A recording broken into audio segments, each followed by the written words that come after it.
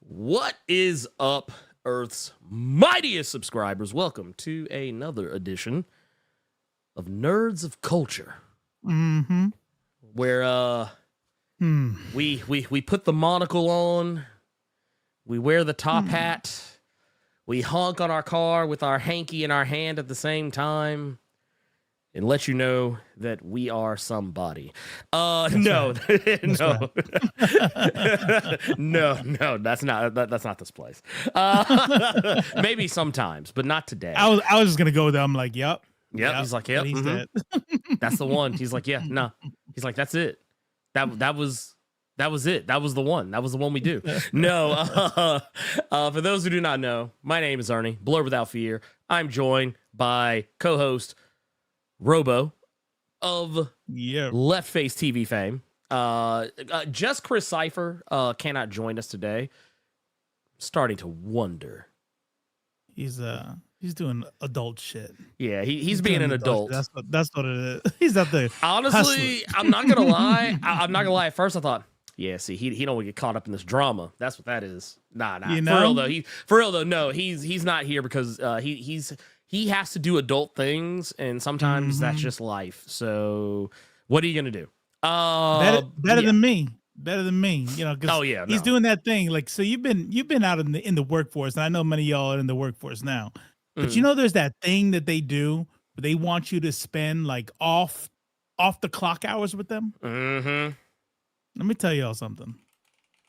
If I ever have to go back to getting a real job, I don't think I'm gonna do very well, because you couldn't. Well, no, you could pay me enough, but I doubt you will be paying me enough for me to spend off-duty time with you. But Chris is doing it smart. He's doing the Christmas party thing. He doesn't want to be not a team player. But no, couldn't be me. Couldn't be me. Oh no. Okay, so first off, real talk. I would never. I, as a person who hates like work, meetings, parties, I hated all that shit. Because I'm like, first off, I'm not friends with any of you. I don't like any of you. And honestly, if I'm not getting paid, I don't want to be here. So it's like, is this mandatory? Oh, it's not? So I can leave.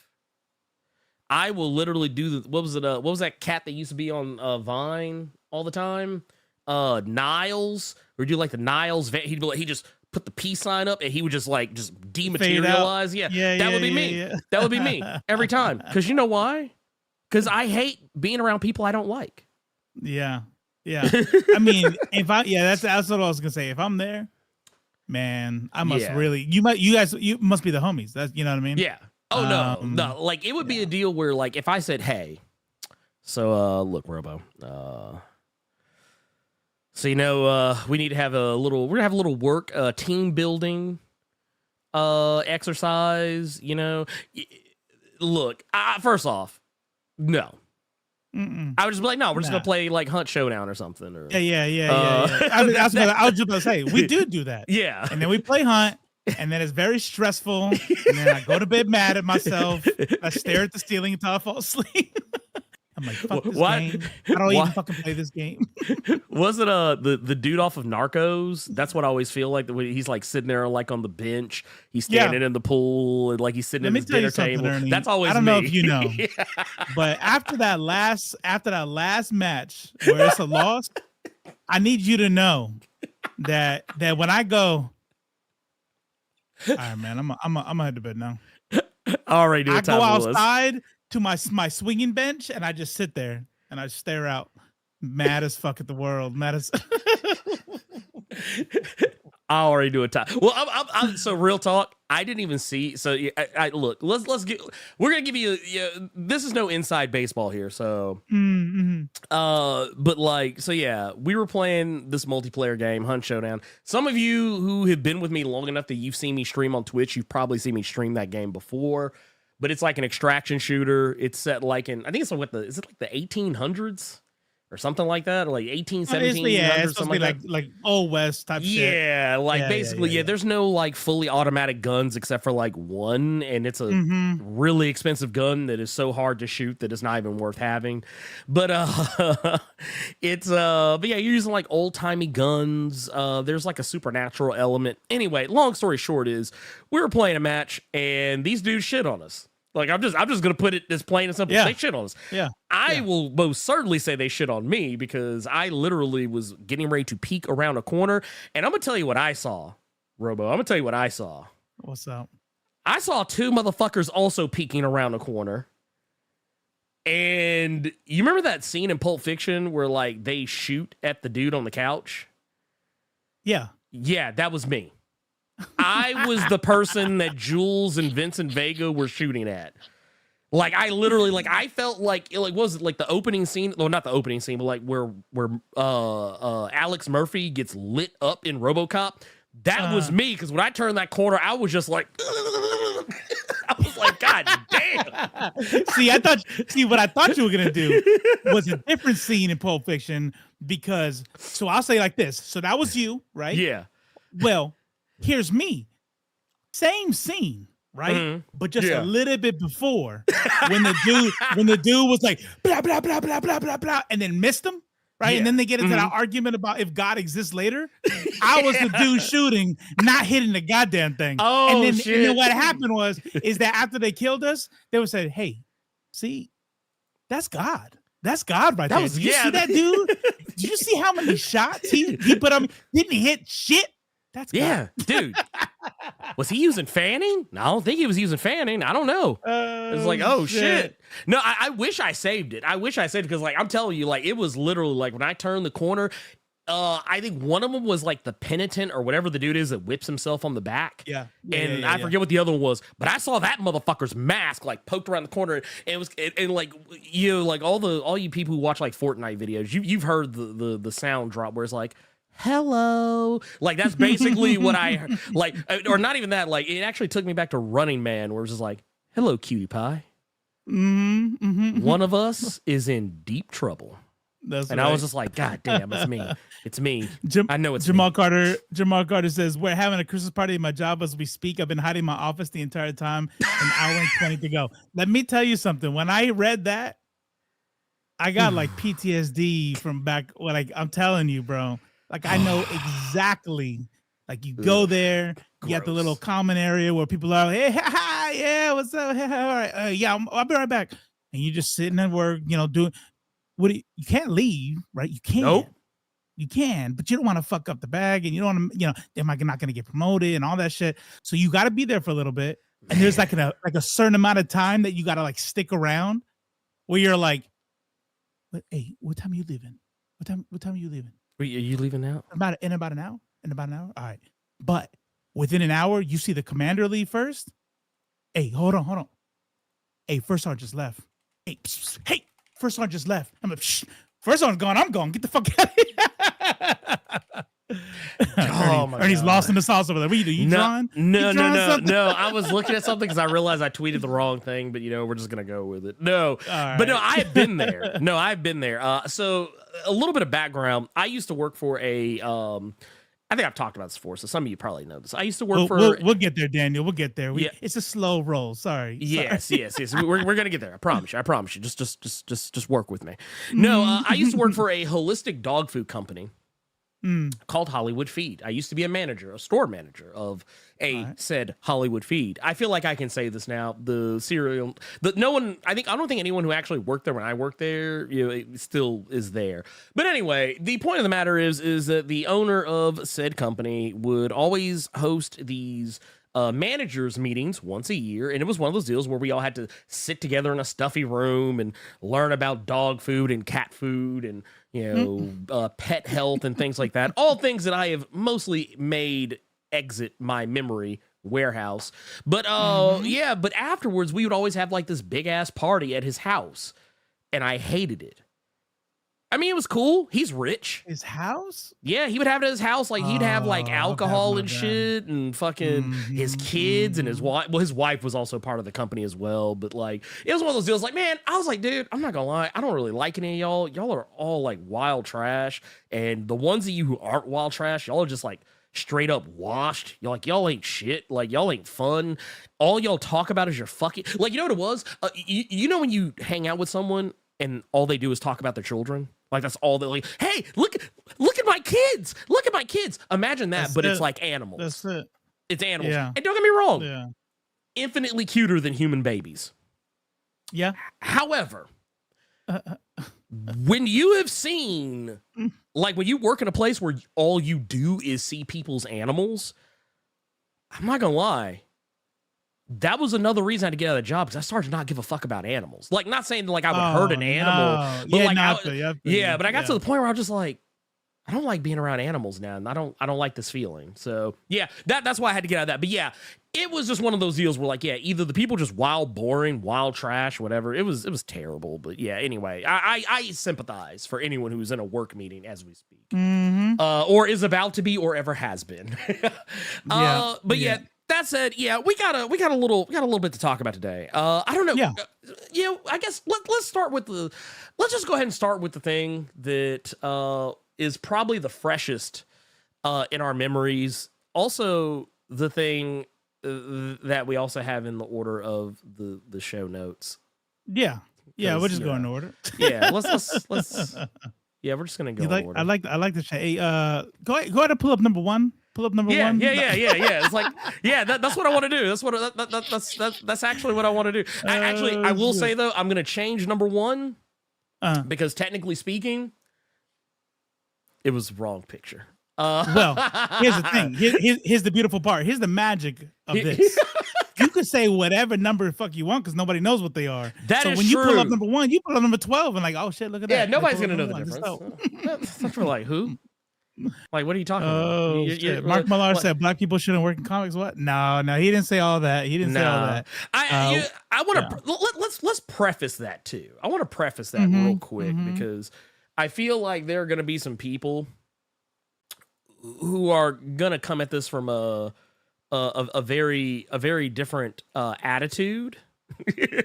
And my attitude, I just want to preface everything I say with this. I don't think Mark Millar is a racist. Like, not like, not like a, I think he's prejudiced, like as fuck. But I don't think he just like flat out like hates any one particular group of people. I honestly just think he has a lot of prejudices. Now I say let me ask you a question. Let me ask you a question. Let me ask a clarifying, just real quick. Yes. Shoot. Because I don't want to put words in your mouth. I want to make sure I understand you. Do you think it would be more accurate to say that we're not willing to say he's a racist because we don't know him? Yeah. But that more to the fact, like, we're not saying he is one, right? Or that he, or anything like that. Only because unless you, maybe because you might be more familiar, because I know you're like really you deep dive into this stuff. So maybe you know him, like, as well as you can, right? Interviews and things like that, to where you can make. But I mean, I sure don't feel comfortable saying he's not a racist. Shit, he might be. I'm just saying. I mean, yeah, I'm not saying one way. Right. That is probably a better way to put it. Like, here's the thing. This is what I said, because when someone actually accused me of calling him racist on Twitter, I said I never called him racist. I just said that racists are awfully comfortable in his presence. Yeah, I mean, clearly it's not a red line for him. No, and that also he himself is comfortable in the presence of racist. That's it. So that is my assessment of him. Now, living in the South, that's a thing. Now, granted, using that as an analogy for him actually really isn't even fair, because technically, if I'm not mistaken, I think he's Scottish, or whatever. No, yeah, he's something. He's from the British Isles. Somewhere. Yeah. I want to say he's Scottish, but honestly, I don't even think it really fucking matters. He spells color with a U. Yes. Oh no, 100%. That's all we know. He spells color with a U, and he says A through Z. Yeah, and he doesn't. And when he talks about football, he's not talking about the NFL. About football. Yeah. Matter of fact, he calls it the footy. Yeah, the footy. That's what he calls it. Yeah. The footy. Buck says, I'm saying it. Mark Millar is a total racist. Please, his black characters are so glaring, especially someone with this emoji thing is okay with their so-called origins. Gotcha. Oh, especially some of their so-called origins. Yeah. He's a yeah. I mean, see, here's the thing is I think, you know, sorry to I'll let you finish. No. Go, please. Go ahead. Here's listen, and if you're white in the audience, look, I'm not anti-white. My ex-wife was white. My kids are half white. I can't be anti-white. All right. No. So there you go. Got it in there. But I will say this much. If you are from the British Isles, especially, you are probably gonna have some shit pre-built in that you either have spent your life unraveling and pushing back against, or you haven't. And I think that is the baseline. You could see this type of stuff with regard to, like you said, his characters, his stories, things like that. And some of that just might be ignorant, you know, like we had you know, by Odin's Fade type shit, you know. I think honestly for him, I think it's just willful ignorance, which I mean could technically count as racism. So I mean, take that how you want to. But no. I just, it's one of those things. I don't know enough about him as a human being to just straight up call him racist sight unseen. There you go. That's it. But yeah, I will stand by the fact that he is comfortable in the presence of racist people, and that racist people are comfortable in his presence in turn. But the reason why we're talking about this is because of there was a little kerfluffle over the week. I say kerfluffle just in terms of the fact that a 30-year comic book shop owner, veteran, I say veteran, I don't know if you ever served, I don't think you ever served, but I'm saying veteran of the comic book shops, not veteran of the military. A guy by the name of Glenn O'Leary, a very odd duck of a man. He put out a little video. It was a bit of a rant. And the video in question, which, by the way, we actually are going to share with you because that is, you know, we're good people. You know, we are kindly people. But just to kind of, you know, give you a little bit of background before we go into said video. This guy... I think his comic book shop is the Comic Book Palace. He even has like a podcast. He has a YouTube channel, which I noticed since he went viral and all the comics gay people got behind him. A lot of the videos he initially had that no one was watching just kind of skyrocketed. Or I say skyrocketed. They just went up. The needle moved a little bit. He went from getting like no numbers to getting like some numbers. But basically his whole beef was that modern comic writers are trash, and not trash because they're bad people, but trash because they write trash, and that's his take. So yeah, let's go ahead and get into the video real quick. No, go ahead, shoot. Because I'm gonna forget, and then the timing, the window's gonna close. Woke as fuck. Listen, calm down for a second. Nobody is saying that he's not racist or whatever. First of all, I haven't read those books like you have. If you have that, then I respect your opinion. You say he's racist. No one makes excuses here. You're watching the wrong show if you think anybody's gonna make excuses for racism. You know what I mean? It's more along the lines of just using words that matter, right? Yeah. And what I don't like to do is to act like I know somebody. You know what I mean? Also, there's different types of the word racist, like for instance, the social, the like sociological type, right? You know, this is the definition people are using when they say black people cannot be racist, which is true from an academic perspective, right? But in the colloquial, right? But in the colloquial sense of you hate this person because of their race, then okay, whatever. So what we're just being careful to say. And maybe you're right. Maybe he doesn't deserve to be handled with any kind of care. But the fact of the matter is I like to say things that I have backing for, and to say this guy hates black people or brown people or whatever. I don't know that. And that's what I mean. And I'm not even saying he's not racist. I'm just saying I don't know him like that. I will also like to point out the reason why, and it's not like, once again, I'm not providing cover. I'm not being charitable here. The thing is, we tend to throw words around so much a lot of the time that they lose their meaning. If I called every ignorant person a racist, then that would kind of take... It's kind of like how people use the term fascist and Nazi way too much. Yeah. It's like, that person's a Nazi. That's actually... Yeah, like... That's a really good example. That's a really good example. And I think right there, listen, when I was doing Left Face TV, I was saying something, and I said something along the lines of, and it was talking about Israel.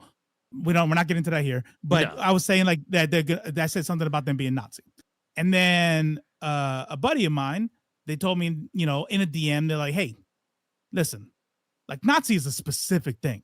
And I get it. Everybody calls everybody a Nazi, but I feel like fascist, right? Especially American fascist stuff is more applicable. And it's also a little weird to use that towards them, right? And so I kind of had to digest it.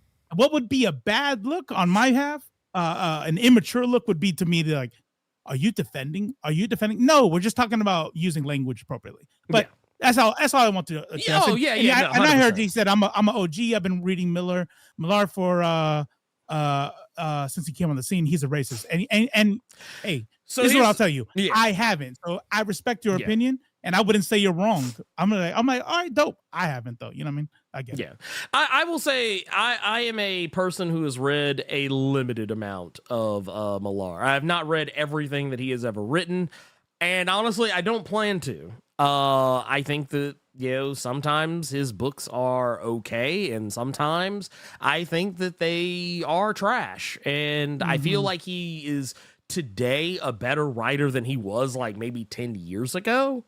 But like his outside of comics talk that's kind of one of those situations where I'm willing to kind of separate some shit.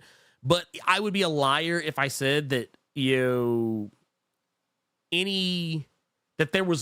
would be a liar if I said there was no property of his that has ever been adapted to the screen that wasn't made better by being put in someone else's hands and not his, with the exception of Jupiter's Legacy, because I just thought Jupiter's Legacy was boring, straight up and down, period, regardless of who originally created it. But like, it didn't stop Netflix from paying that man $50 million for his whole library. No. It's like if you ask me like, hey, do you think that Kick-Ass is a better movie than is a comic? I would say yes. If you ask me if Wanted was a better movie than is a comic, I would also agree. Same goes for Kingsman, so on and so forth. But like hell, Super Crooks and shit like that. I think those are all infinitely better things than they are their original. Definitely. Yeah, like that goes into Garth Ennis territory, but like but that is a prime example of something where the original IP is better in someone else's hands. That is what I'm saying there. But so this dude's rant. I don't want to spend too much because I know we got other topics.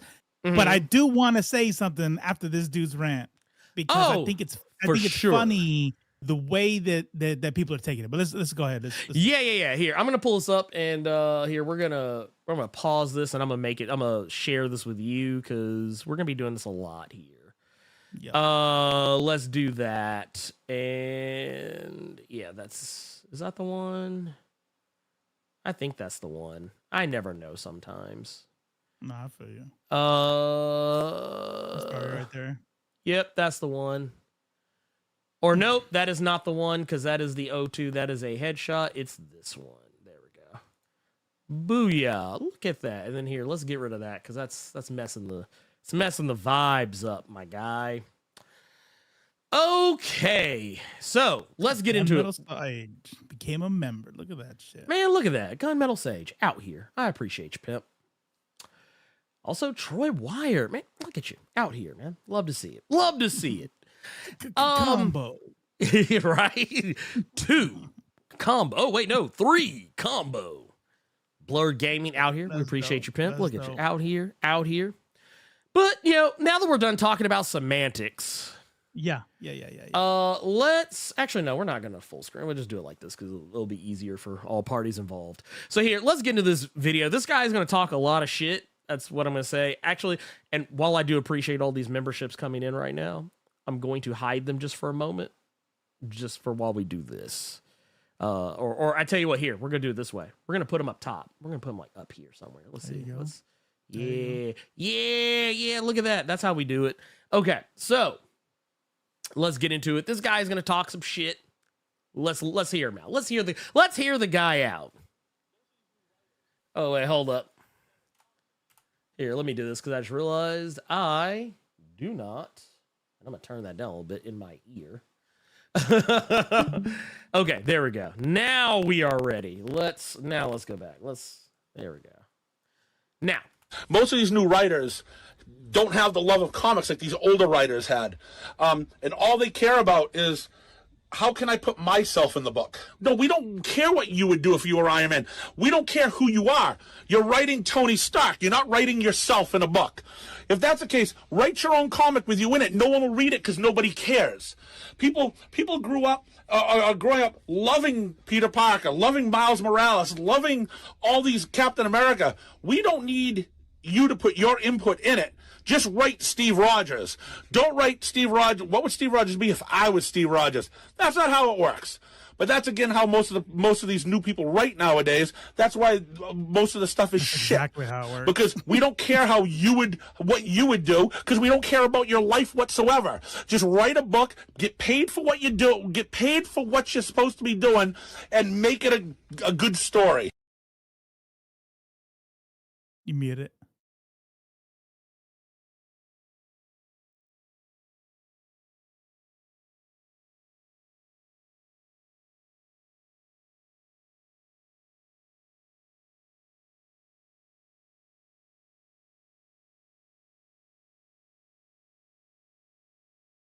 I don't know if it's me. Chat, can you hear him? I don't want to keep saying you're muted and then like everybody can but me. Oh, there you go. I hear you. There it is. So I don't know what it is. Apparently, whenever I share my video, it does that. I don't know. It's weird. Anyway, the whole point of that was I want to let's go back and break this guy down. Yeah. So basically, his argument is that comic book writers, modern comic book writers, don't have the same love for the game that the writers who came before them do. He says that they insert themselves into the stories as opposed to writing the character itself. Now, that's probably true in some instances. I could make a case for that in some very, very limited instances. And it's not even so much that they're writing themselves, they're writing their experiences. And honestly, I would actually say that's probably more true for a lot of writers. I've actually said this a lot on my channel, and these are all things that aren't speculation, but a lot of people probably will think of the Iron. Hold on. Oh, yeah, go ahead. Go ahead, shoot. I think I could hear you, but they can't. Oh. Well, unless that's a super delay, because I'm still getting your muted on here. Hold up. Shouldn't be. Here, let's see. Can y'all hear him? I don't know what kind of delay. I'm not used to this delay, so. Yeah, I was gonna say I should be coming through, but hold up. Un momento. The sound is good. There you go. Okay, never mind. Then it's probably people who are just behind them. Okay, we're good. All right, let's carry on. Anyway, yeah, it was probably I'll get used to the YouTube side. I'm not used to 2.5 minute delays on this motherfucker. Yeah, no, it's moving on. No, I think that I talked about the Iron Man Emma Frost wedding. And while a lot of people found it weird, I was listening to an interview with Jerry Duggan, and he said that wedding is actually based on his real life experience. That and not to say that his mother or father were Tony Stark or Emma Frost, but that he had parents who had a marriage of convenience. That they were two people who maybe they were in love at some point, who knows, but somewhere down the road there was no love and they were just two people just staying together because they had to. And that's kind of, so that's one of those situations where I'm kind of like, you know what? I get it. If that's not your jam, if that's not your thing, I totally get it. But I would also say, as I mute my phone, I would also say that a lot of people write their experiences. Even older writers, a lot of the so-called greats that he is referring to in this scenario, a lot of them wrote their experiences. Captain America is a character. But that character also is based on some of their own experiences in a lot of respects. Maybe not direct experiences, but they are things that very likely come from somewhere that is not that character. That's and that's my take on it. You know, I also, and this is the biggest sin to me that this video commits, is what is the most common argument that Comicsgate chuds bring up in regards to all this wokeness in comics? They always ruining comics. Yeah, they say it's ruining. They always say, just make new characters. But what does this guy say? Just make new characters so no one will buy them anyway. You know, no one's going to like it anyway. No one's going to care. Make new characters and, you know, stop writing these characters this way and then write them the way I want them to be written. But also at the same time, I want you to write things that are brand new, but also things that I'm already just saying straight out of hand I'm not going to read. That's right. And I'll tell you this much. So me peeking at the chat like I do, and then listening to this guy. Look, here's the deal. Here's the deal. This dude is not really making any kind of sense at all. No. At all. And here's why. And it's not just because I disagree. It's just the actual like logic that he's using behind the whole thing. If you think, and I don't care what year it is, I don't care if it's the 50s, 60s, 70s, whatever. These are all make-believe characters. They're all fake. They're not based. They come from people's imaginations. And whose imaginations are they coming from? They're coming from writers' imaginations. And they're either putting their own personal fantasies in there. They're putting their own experiences. This is how we know. Check this out. This is how we know when you got somebody who has it seems like they've never met a black or a brown person. And how do you know that? By watching how they write black or brown characters. Okay? So when you look at black or brown characters and you're like, that's not, what is that? Right? It's because you know that they don't write that. So what I'm talking about is it doesn't matter. You're always putting yourself into it. That's how, when you make good characters, you know, you say, okay, I could tell this person either is around a lot of black and brown people, or if you know, or they're not, because you're always putting yourself into it. Political pandering. Somebody said inside here, they said, I think you're talking about more about political pandering. You know what's political pandering? Punching Hitler's political pandering. Yeah, that's political pandering of the highest order. That's literally completely. I'm going to write a comic book that's going to appeal to little kids. And what's going on right now? World War II. What's hot? Yep. Punching Nazis. Let's do it. I'm going to make a comic book based off that. Black Panther punching Ku Klux Klan. Yeah. I'll throw you one. We like that. We like that. Is that political pandering? That is 100% political pandering. But the thing is, I'll throw you another one. A very popular topic on this channel. The X-Men. Oh. Political pandering. Political pandering of the highest order. Wait. People hating others for being different? Huh. Two characters that are supposedly which, by the way, I will forever call bullshit on that. Just 100%. And I have my reasonings for it. I'm sure it was a nice. Wait, what was it? No. What I'm about to say. oh, and there's one character who happens to be the epitome of Dr. Martin Luther King and another who is the epitome of Malcolm X. Huh, not political pandering at all, which honestly, that is actually political pandering. Like, that is the king and queen of that is the royal family of political pandering. And mostly just because, well, first off, if you actually really examine those comparisons, they actually make no sense coming out of Stan Lee's mouth. They make more sense coming from Chris Claremont, and even he will tell you that was not his thing. But you know, that's a conversation for another day. A lot of people are ready to have that one. But that said, I saw a message, and it was kind of along the same lines of what you were just talking about. Someone bringing up, I think this comic book guy is really just trying to say he finds modern day comics preachy. Well, see our previous statements. Yeah. See, that's the thing. They've always been preachy. See, and then you got somebody here, right here, like, and I would really love you to expound upon that. I think you're equating humanity to personal unscientific beliefs. Now, I might have to explain that. I might be. I've done this before, man. I've done this before, where I'll go in on somebody and they'd be like, "No, I was talking to somebody else. You missed the chat. I agree with what you're saying. I'm talking." All right. Just in case, though. So sorry ahead of time if I'm wrong here. But here's the deal.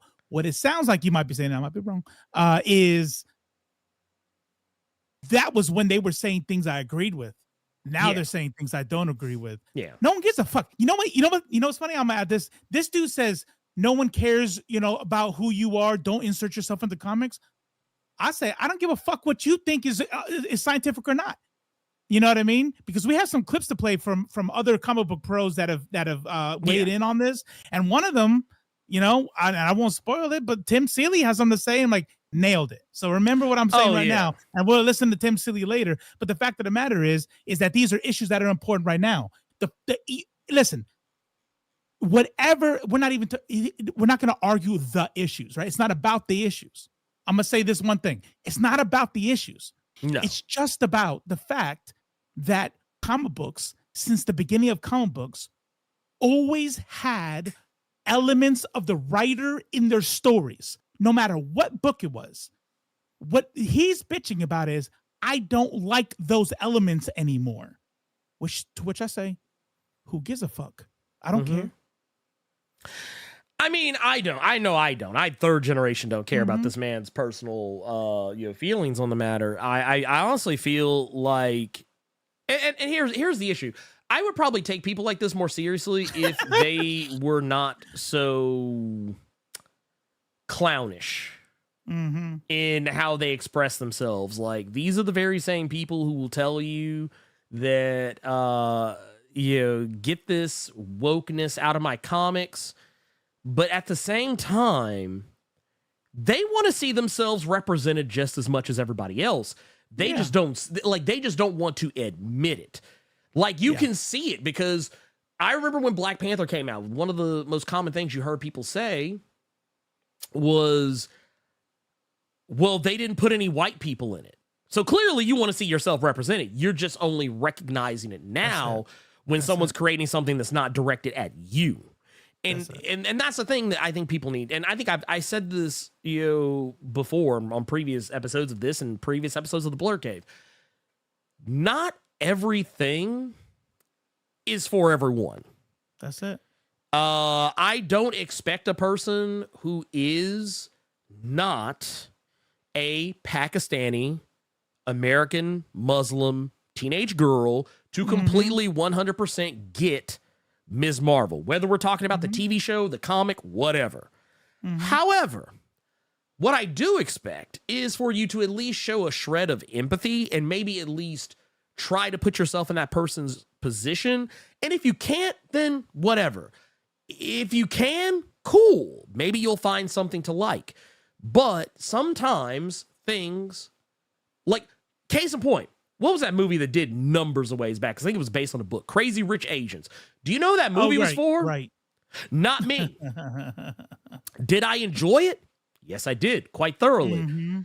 But I recognize walking in the door that this is a movie that is about the Asian experience.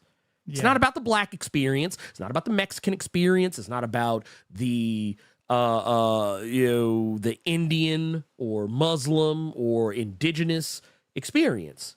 It's about, and specifically, Asian people.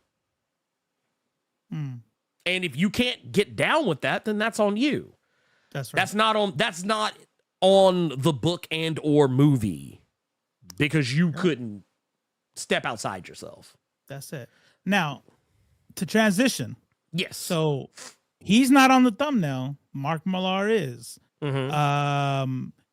After this is put up, because I'm going to give just a quick my 2 cents on it. Y'all can do whatever you want. You guys are grown ass people. I'm assuming some of y'all.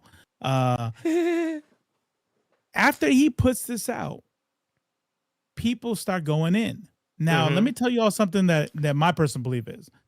I don't give a fuck about piling on or none of that shit. Yeah, dog. And the reason why is you have chosen to enter into the public sphere to put your ideas out there on something like Twitter. If I didn't want to hear a bunch of people disagreeing with me, I probably wouldn't put my ideas and my thoughts on Twitter or Facebook or whatever. That said, however, it got a little wild. Oh, yeah. It got like super fat phobic. We're talking about dudes' looks and all this other shit. And it's like, okay, that's wild. And then it lets you know, it's like, wait, I don't even know are we on the same side here? Because I mean, you want to shit on this dude, but it's like, what does his teeth or his weight have to do with any of it? You know what I'm saying? Not everybody can be beautiful like me, but like this guy still doesn't deserve that, you know. So, I'm surprised Blerd didn't laugh at that. He's like, bitch, shut the fuck. No, man. It's 2023 going into 2024. I can admit you are a handsome man. Thank you. So are you. Thank you. But here's the deal. Moments. Mark Millar sees this, right? Yes. And has him on his deal, right? Mark Millar, admittedly a millionaire. Obviously, I would honestly be able to say, well, nah, I mean, never mind. I'm not gonna say that because I was gonna say he doesn't need to like promote anything, but yeah, he wants his Netflix shit to do good. So if he gets his name out there, then it's gonna help, you know, in any way. But even being completely generous, he has the dude on, he talks to him, and then he drops some phrase out there that really gets the internet going. Yeah, which. Full disclosure. Well, actually, after we'll watch the clip first. What I'm gonna do, just so you know, Robo, and that way no one gets freaked out. I'm actually going to turn my camera off while we do this because I want to test something. All right. Bet. Well, not you guys will be able to see me. Robo won't be able to see me. So yeah, we're going to. Where did it go? There it is. Actually, here, let's do it like this, too. That might actually help me out tremendously. Messing with the settings. There we go. Let's see what happens this time around. Can you still hear me? Yep. Sweet.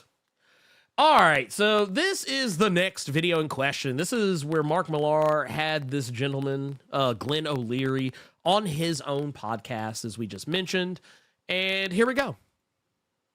The number of people who were talking to me privately and sending me links to your thing saying, this is outrageous, you know, and the response I got when I retweeted it and talked about it too, I just think people start enough is enough. And what's interesting is I call them cancel pigs. And it's the people, you know, that try and take other people down, try and destroy people online, you know. And that's, so, okay, let's, I just, you know.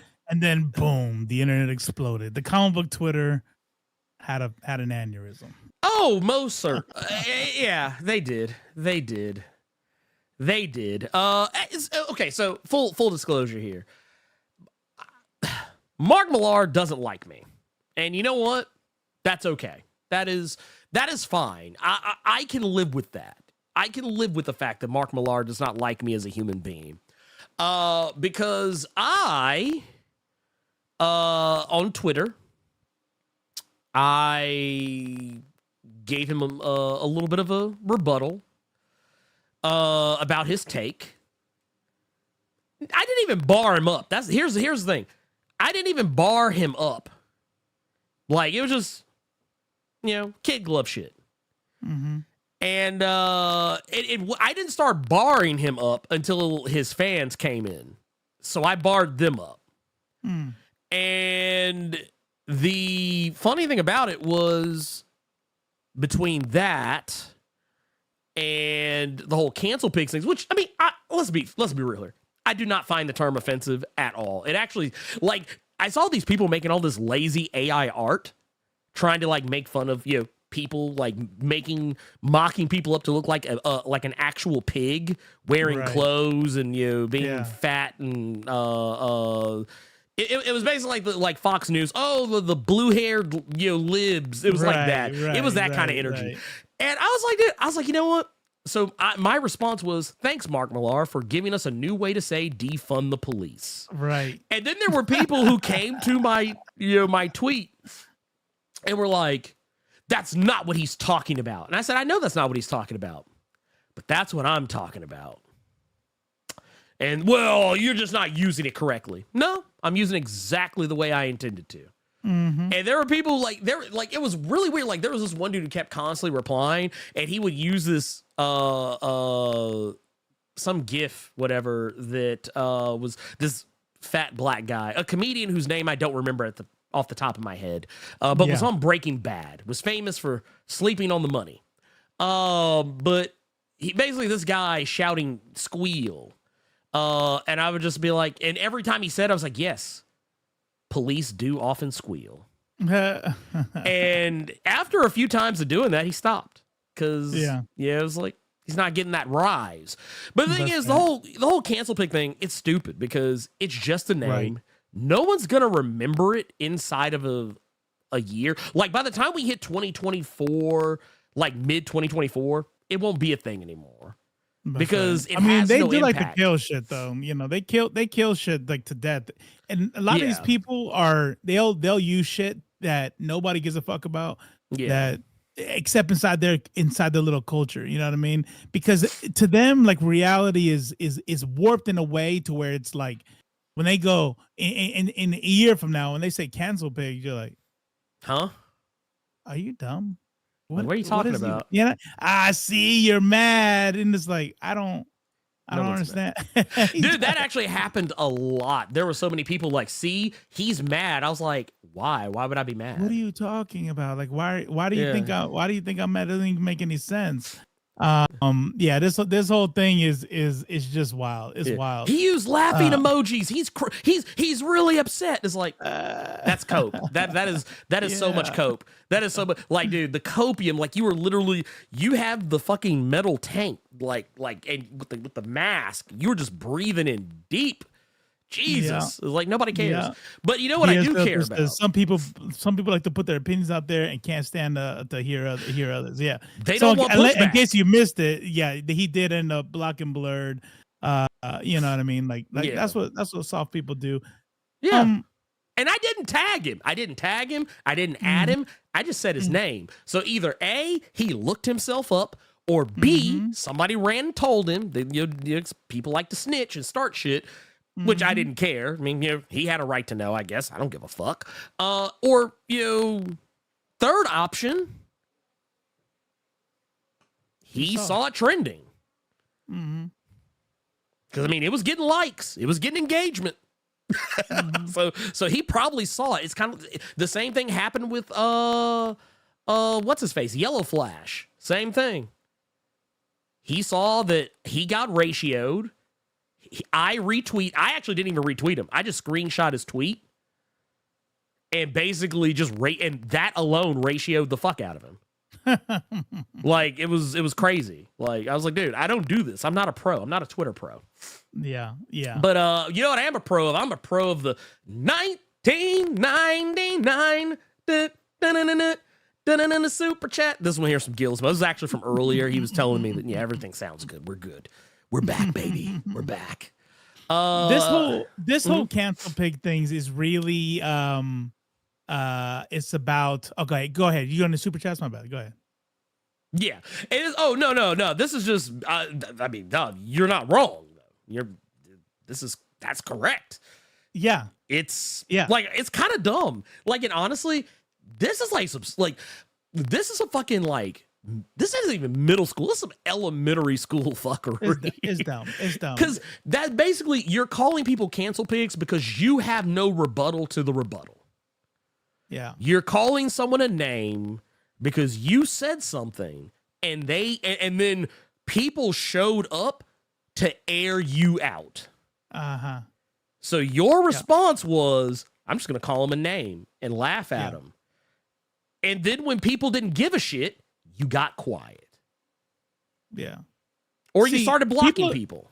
People are acting like, and this is the type of shit that is like, okay, whatever your feelings most align with is whatever, that's on you, right? Yeah, right. But don't act confused. Like I don't understand what is confusing.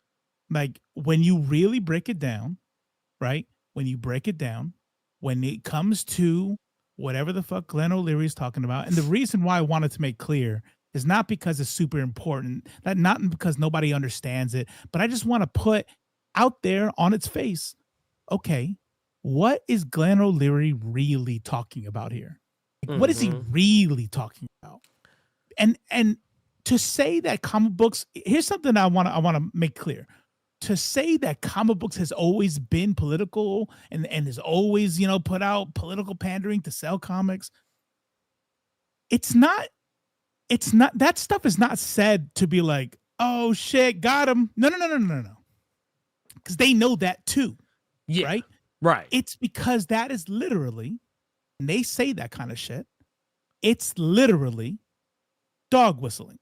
Yeah. They know comics has always been political. They know that punching, whether it's punching the Ku Klux Klan, punching Hitler, the story behind the X-Men, it's always been political, right? They already know that. You're not telling them anything new.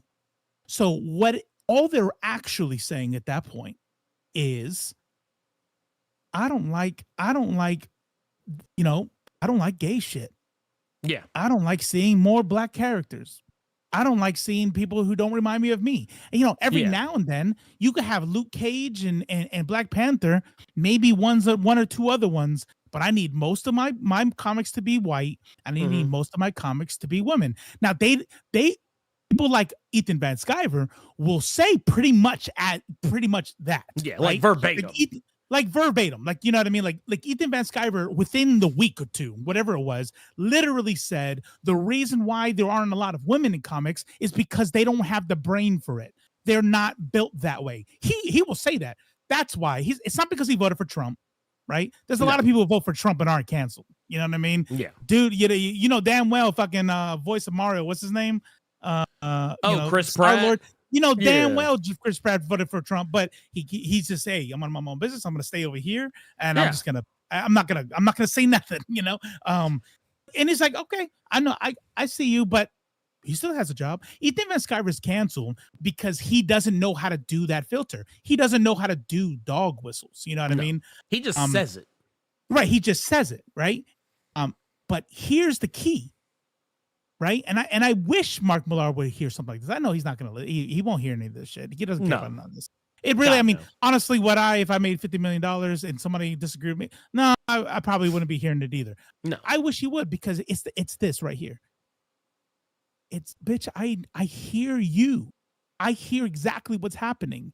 Glenn O'Leary is literally just saying, I don't like the new aggressive attitude in comics. I want my version of politics. Yeah. And then Mark Millar comes out here, sees what's happening, right? Mm-hmm. He says, this is the bullshit part of it. He says that it's because he saw his bullying and all this other shit, which if that was just the case, I'd be like, all right. Yeah, whatever your politics are, I guess that's cool. I like that. You know what I mean? It's comic book store creator, superstar wants to make her. Got it. Right. But here's the deal. He didn't leave it at that. He said, cancel pigs, which is a reference to cancel culture, which is a reference to people who are saying, nah, we're gonna hold you accountable. You know what I mean? We're gonna say, hey, you want to be racist? We're going to make sure everybody knows you're racist. If your job wants to fire you, that's not our fault. You know what I mean? You want to scream the N-word at somebody and somebody catches that shit on camera? Guess what? That's just going to your job. If they still want to hire you, that's on them. You know what I mean? But the fact of the matter is we got your number. Okay? Mm-hmm. Nobody, Ethan Van Sciver could sit there and say they're evil, trying to ruin livelihoods. Ruin mine. Ruin every. You know what's funny? Who's going to fire me for saying I want to see more gay people in comics? Who's going to fire me for wanting to see more black people in comics? You know what I mean? I want to be more represented. Who's going to fire me? You know what I'm saying? No, you guys are saying the bullshit. Mark Millar wants to fucking co-sign on the fucking on the dog whistles. Mm-hmm. And then Ethan Van Sciver, who is a fucking pariah, good reason, because he won't even do the dog whistle, he just says it, right? Yeah, has the nerve to say, and then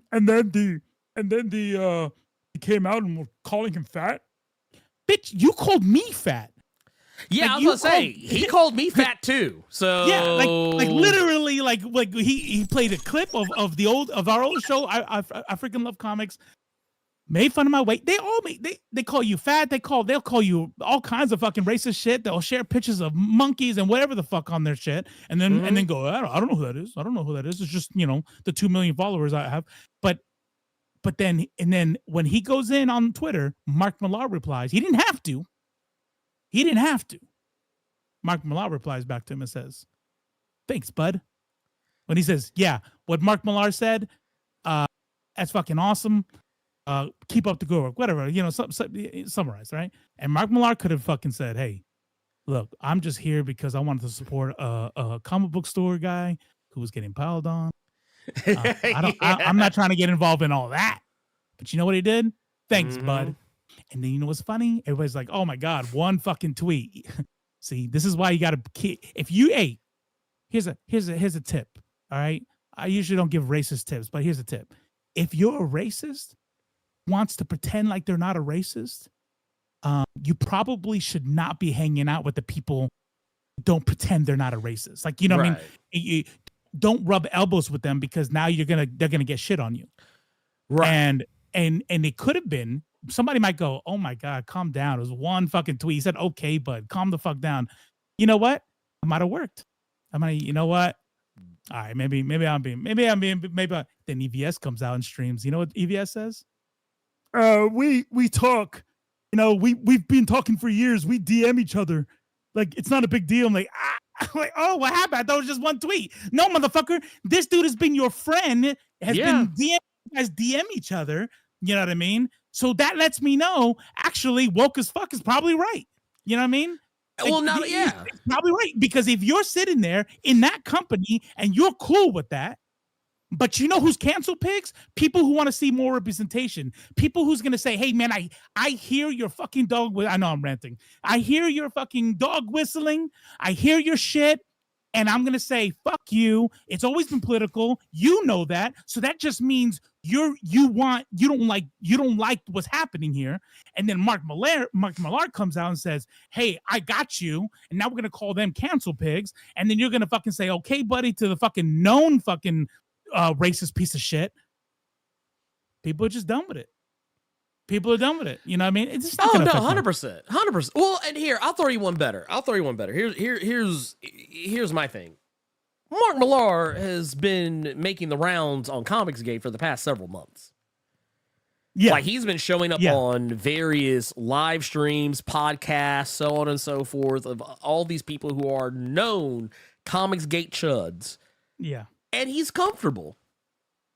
He seems perfectly at home. So, yeah, I don't know. Mm-hmm. I don't really have You know what this is? Yeah. You know what this is? I'm going to tell you what this is. Sometimes safety. You know how, like, we talk about how anonymity brings out the worst in people, right? Mm-hmm. You know, like, because I'm believe it or not, a lot of people think I am, and people thinking I am has benefited me in life, but I'm actually not a violent person. You know what I mean?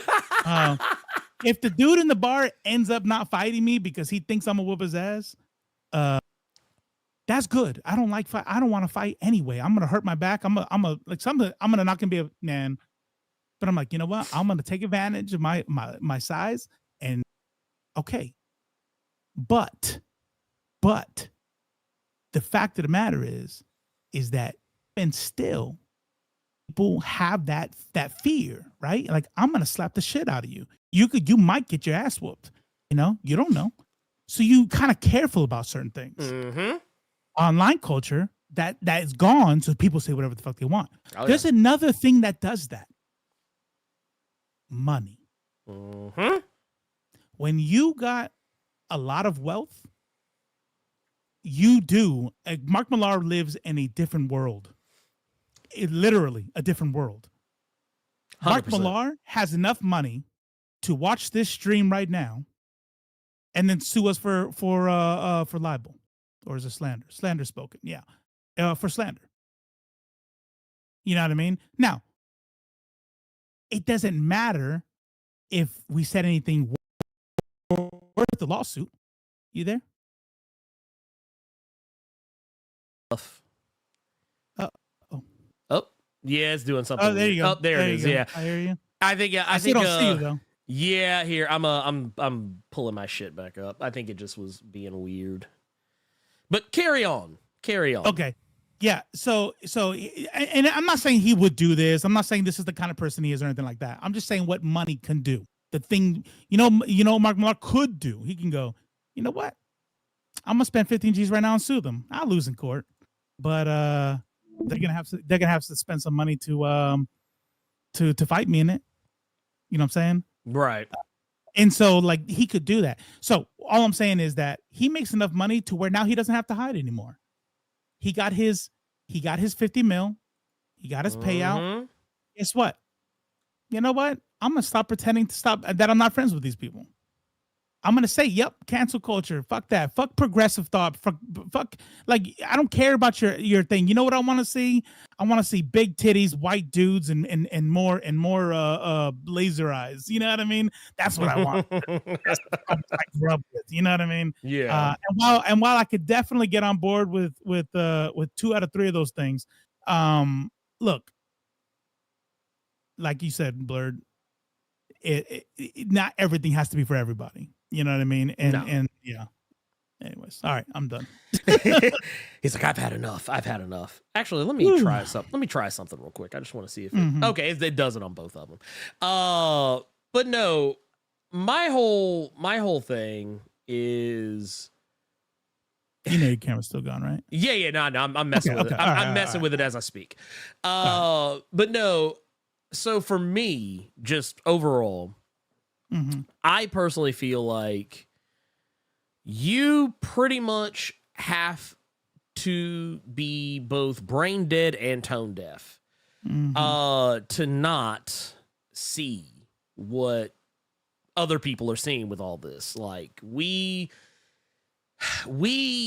know that these guys are disingenuous. We know and honestly, I think you're right. I think a lot of this is money motivated, cash orientated.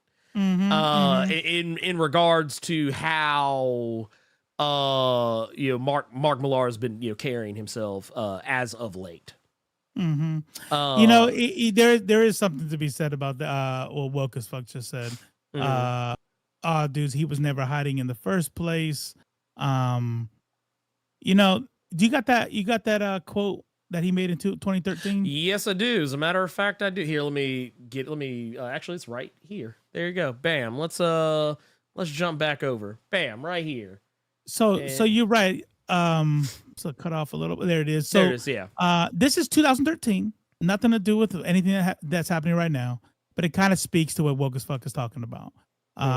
This is this is in the magazine. He's been pressed about when he wants to get gritty, when he wants to talk about show how evil somebody is. Maybe does he have to have so much rape in his books? And his response was, the ultimate act that would be the taboo to show how bad some villain is was to have somebody being raped. I don't think it really matters.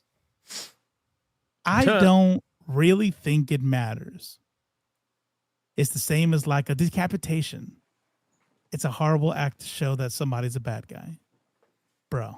Which is, bro, kind of like, I'm not gonna lie. That is probably one of the shittiest things. Like, someone actually shared that with me when the whole discourse was initially going on. They were like, "Yeah, dude, like, have you not heard him say this shit?" And I was like, "Nope, never a day in my life." Because here's the thing, I don't follow Mark Millar like that. Like, he's not a person who I'm just like, "Ooh, I wonder what this guy thinks." Like, he's just not. I don't think about him like at all, like ever. Like, he was never one of those people that I was just like, "Oh yeah, man, this guy, he's the one."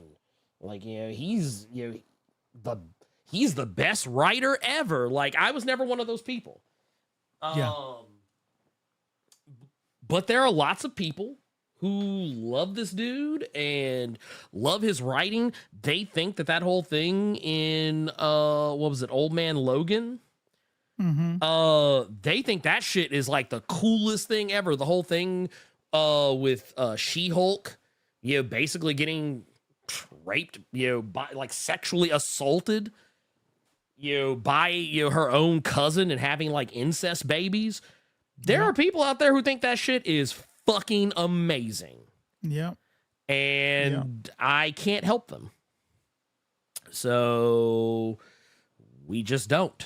But yeah, there are some people who sit there and try and argue with you that was an awesome story element and that it needed to be there. And it's like, I can make an argument for it not, but fuck do I know? So you guys are just blasting through your opinions without any real evidence about these two people. He says as a quote is on the screen. Literally on the screen. Oh, Mark Millar. Yep. Must be a comics gator. That's funny. But that's good. I appreciate but anywho's. I think what was the other thing that we had? This is Rob Liefeld threw his hat into the arena. But I can tell you right now, Rob Liefeld's wild trash. Let's just go ahead and put that out there. That's not for today. He's a weirdo. That dude's a straight weirdo. Like, I don't know what that dude's deal is. He's not right. Something I don't know. Oh yeah, no. I guarantee we're gonna find out he has something's going on, like dementia or something, or early onset. Because sometimes he just makes some wild ass shit like this. It's just like, man, are you okay? Like you good? Yeah. You sure? But no. Honestly, this was him just wanting money. Like, I can tell you that. Like, with 100% certainty, this was done for money. 100%, 100% I can say that. But yeah, if you are a person who does not think that, or you disagree, whatever, you think that, oh no, there's no way he would ever say something like this, or whatever, for any reason whatsoever. Yeah, this dude literally did this strictly for the money. By the way, he created Liefeld. He created Liefeld, of course. Oh, wait, hold on, time out. I know you're kidding, but who Deadpool is and got dick to do with Rob Liefeld. No, dick not at all. To do with Rob Liefeld. Like, he gave him the suit, which is like kind of a knockoff of Spider-Man anyway, but that's okay. Hell, Deathstroke. Like, Deathstroke, literally, there you go. I remember Fabian Nicieza literally being like, that's Deathstroke, right? Yeah. Like, it's like, dude, what the fuck? His attitude, what you love about Deadpool, which I doubt it has anything to do with the costume, is Fabian Nicieza. That's Deadpool. Yeah, that is 100%. But I just look. Far as I am concerned, no. This is come on, y'all. Really? Yeah. Like, really? Anyway, going back to something that Rami or is it Raimi? I get names wrong. Anyway, Darwish says with the 499 says, as if Chris Claremont didn't put himself in his books or Stan Lee before him. I mean, everybody does. Single writer. Everybody does. Yeah. Every novelist does. You would be Donny Cates did it with Venom recently. Yeah. Old very writers, much so. New writers, You know what I mean? You think Donnie Cates and the way he grew up and what he shared with the public you don't see that with Eddie Brock? Like, get the fuck out of here. Hell, I'll throw you one better. He literally put himself in crossover. He is literally actually physically in crossover. Yeah. It's like just, and I remember metaphorically, literally, okay. He's there. He's like literally, like, because I remember there's an issue. I'm not gonna say what it is because just in case somebody hasn't read it, but like I remember me and Carter were talking like side by side, just like, hey, who do you think this character is? And I was like, and we were actually talking to Donnie Cates off camera when this happened because it was an interview we had with him. Mm-hmm. It was just kind of like pre-talk just because we were just telling him how much we loved his books. And I remember he was like, Donnie was actually asking, he's like, who do you think the guy is that they have locked up? Yeah. And I said who I thought it was. I guess I just spoiled it just by saying who it was. But anyway, I guess, you know what? Fuck it. Spoilers for crossover. You know what? Anyway, hey, I just stand by for the shirt. Blerd was right. Just stand by for it. Well, no, because you have to stand. Yeah, I was right. I was 100% correct. Because here's how I knew. When I said that I thought it was him, he kind of like, you know, like when people, they have a tell that gives away that you figured out something. Like he kind of gave this tell that like was like, I was like, yep, I'm right. And Carter was like, no way. And then like I think a month or two later, the reveal was made, and I was like, see, it was him. That's a dope super chat. Appreciate the $5. But I'm not saying he doesn't have anything to do with it. Rob created the costume knockoff, for now he deserved credit, of course. No one's taking him out of the no one's taking him out of the running. I'm just saying, we're saying he doesn't deserve any credit for how Deadpool is written.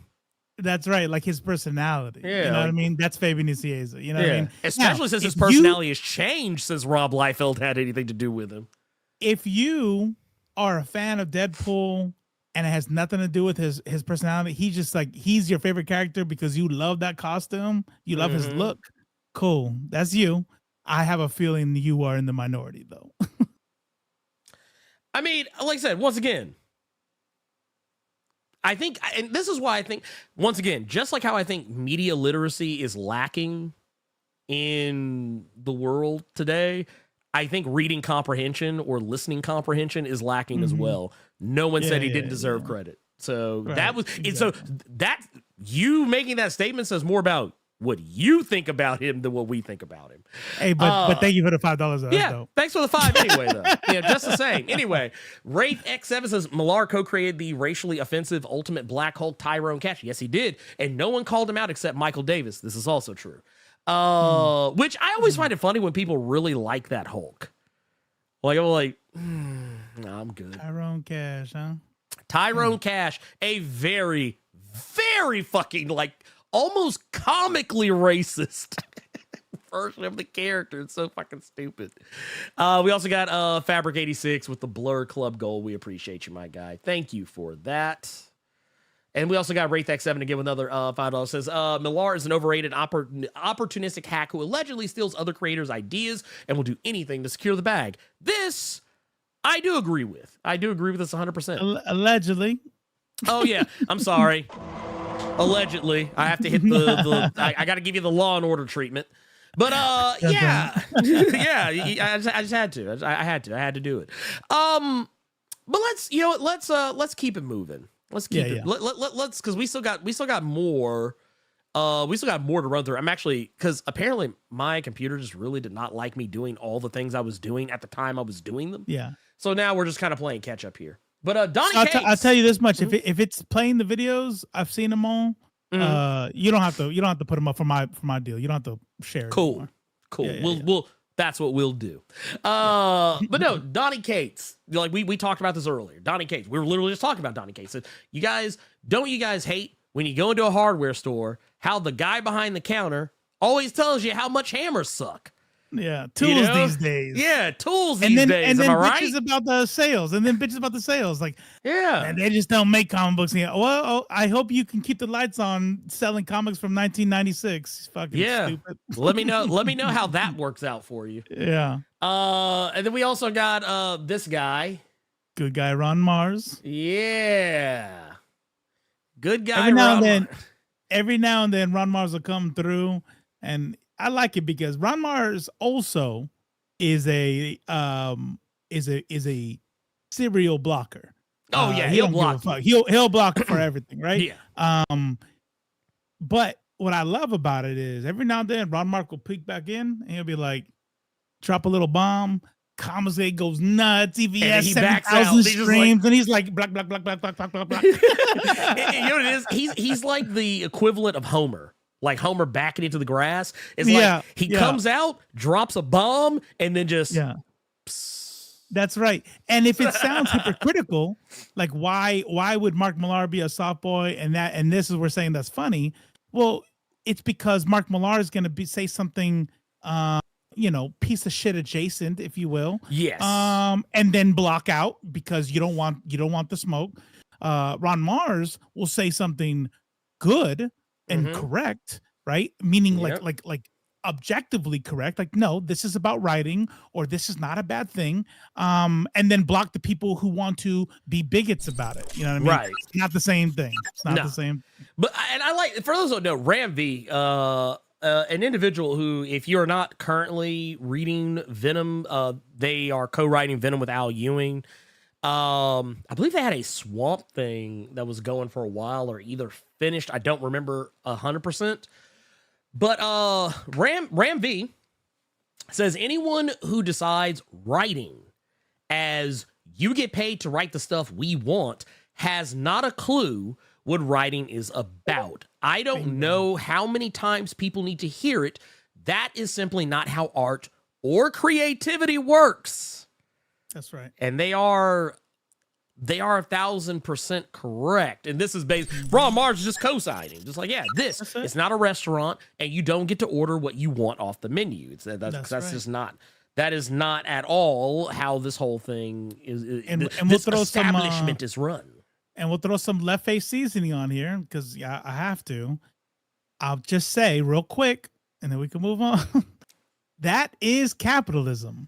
Yeah, that's capitalism. 100%. Capitalism has created this sense of entitlement from consumers, right?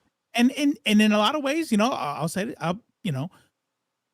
but if Subway or whatever, because I like sandwiches. I don't know if you know, I can tell I like carbs. Sandwiches are great. Said, you know what? We're not going to do any meat besides seafood meat, right? I hate seafood. If y'all like seafood meat, that'd be good. But for me, I'd be like, oh wow, that's disgusting. I'm gonna go find another sandwich spot now. Same. Then that's it. But you know what people do? They go, no, you gotta carry my meat. And this. First off, I don't have to carry anybody's meat, okay? Just saying. Do we say pause here? Right? Nah. So it's just the fact that when it comes to creativity, when it comes to art, when a writer comes out there and does something brave, like put himself or herself in it, you know what I mean? They put themselves in it, or they make their art to the idea of saying you can't do that. You can't do that on television. Fucking wild. It's art, bro. It's literally art. First, that doesn't mean it has to be good, but just don't buy it. Also, you free speech. Demand art be different. Yeah, just free speech. Yeah, that's free speech. And these are usually the same people say, "So you're trying to cancel me? You're trying to inhibit my free speech." So are you. Like, you know what it is? It's the thing. You and I say this to each other all the time. Justice, or not just rules for thee, but not for me.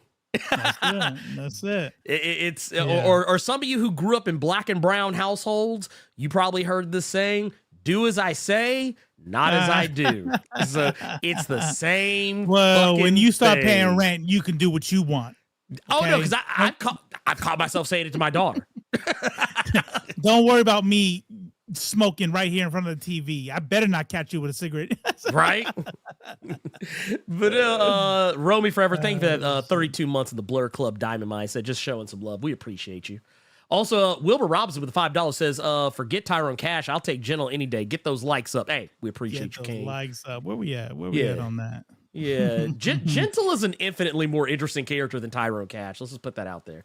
Also, got Romy Forever with 142 likes. Oh shit, 252 people in here. Come on, we gotta do better, dope. y'all. But that is dope that y'all are here. Thanks for the support. A brand new podcast you hear on episode number 4. We are down 33% of the people, but that's okay. Thank you for supporting. Yes. But if you want to support, right, you don't always have to drop the monies, but you being here is one way. Clicking that like is another way, and it's free. So just do it, and that way the algorithm does its thing. Yeah, exactly. Last thing we're gonna show, and then we're gonna move on to Jonathan Majors because we actually spent way more time talking about Mark Jonathan Millar's. Majors and the Speed Force. Yeah, dude. Oh my god, like literally, my guy was like, like, oh my god, dude, this is better than Ezra Miller. But anyway, last thing I want to share. This is actually a good, clean, wholesome message from the homie Tim Seeley, a guy who I personally am a big fan of just because this dude is awesome. He writes good stuff. Proof that you could be an edgelord and draw titties, and you like titties? Cool. Go. Tim Seeley will show you titties. Like if you like guns and explosions. Yep. It's proof that it's a complete red herring. It's a complete misdirect to act like the left or progressives or whatever the fuck you want to call yourself is like they just want everything to be, purple and whatever, whatever, and it's like nah. Tim Seeley's proof. Tim Seeley is absolute 100%. Proof that you can be all that shit and not a piece of shit. Oh yeah, no, and like I said, if you haven't read any of Tim Seeley's work, I highly recommend his Hack Slash comic. Hack Slash is dope, dude. And I'm gonna tell you, there's a lot of fucking titties and sexual innuendo in that fucking comic. Heads exploding, zombies, monsters. Like I'm like, 100%. Come on, hell, and nobody gets raped. I'm pretty sure. No, I don't think so. Matter of fact, you get to see Chucky. You get to see throwback. Throwback comic book character Evil Ernie for reasons. Ash from Evil Dead, if I'm not mistaken, shows but like tons of different horror movie icons and monsters show up in it. Comic is fucking amazing. So yeah, but all that was in aid of saying Tim Seeley had something to say. So we're gonna play this, and this is the message we're gonna leave you with as we get ready to move on over into the Jonathan Majors conversation. Here, let me. Hey, here's a video for you. Yeah, let's start that over. Hey, what's up? This is Tim Seeley. Here's a video for you. This is my first comic I ever got. Amazing Spider-Man 230 came out in 1982 when I was 5 years old. I loved it. I read Spider-Man for the next 13 years. But then in 1994, the Clone Saga came out, and I hated it. So I stopped reading Spider-Man. I agree. I did the same. Who didn't stop reading Spider-Man? A whole bunch of new readers. People that are younger than me love that book. This happens to me all the time. I talk to people, they're like, I got it on this Clone Saga. I don't get it, but that's okay. I don't get it either. Because I had other books. I had Savage Dragon. I had The Crow. I didn't stop going to the comic store. I just stopped reading stuff I didn't like. And to this day, that's what I do. Do I still love Spider-Man? Yeah, of course. I've got all kinds of damn He said the thing. Oh, well, I still love superheroes. I just don't read what doesn't appeal to me, and I let other people read it, because that's who it's for. So there's tons of great comics. I hope you check them out. There's a whole world of comics that your comic book retailer can order for you and that you will enjoy, I promise.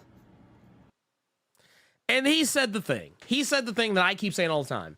Not everything is for you, and let the people who it's for enjoy it. Yeah. It's that simple.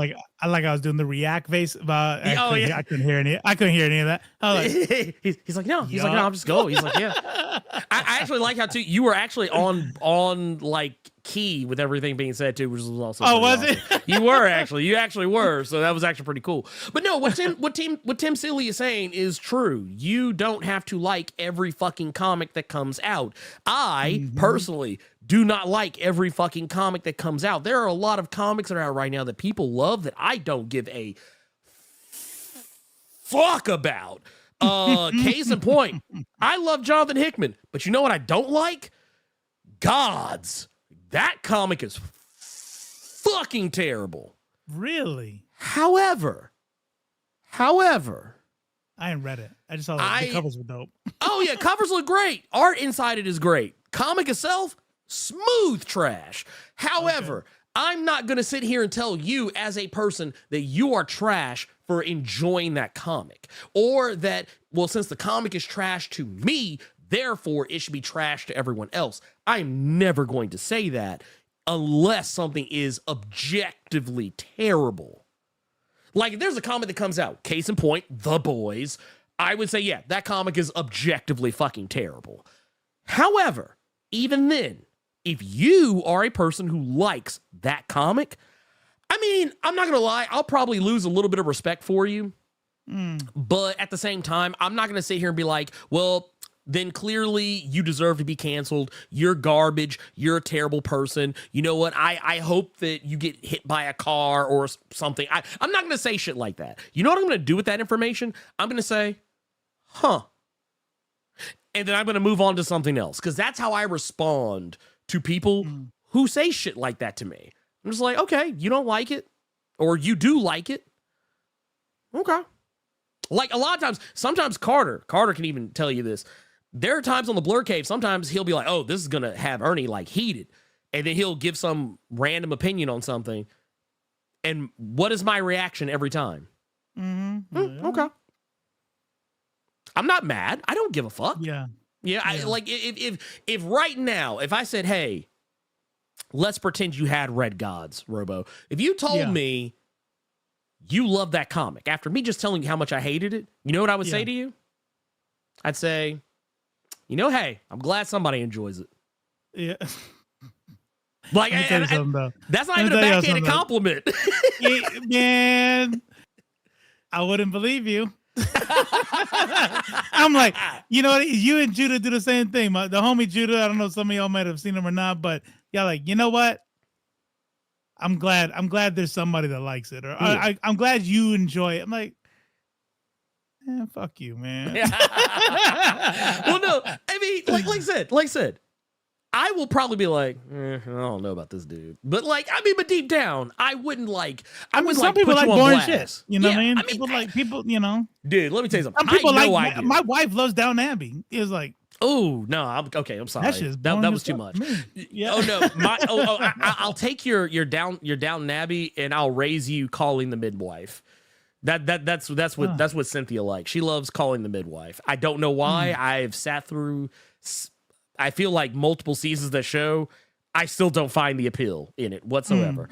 But yeah, moving on along in things, because like I said, we're kind of doing the thing that we often do on the cave.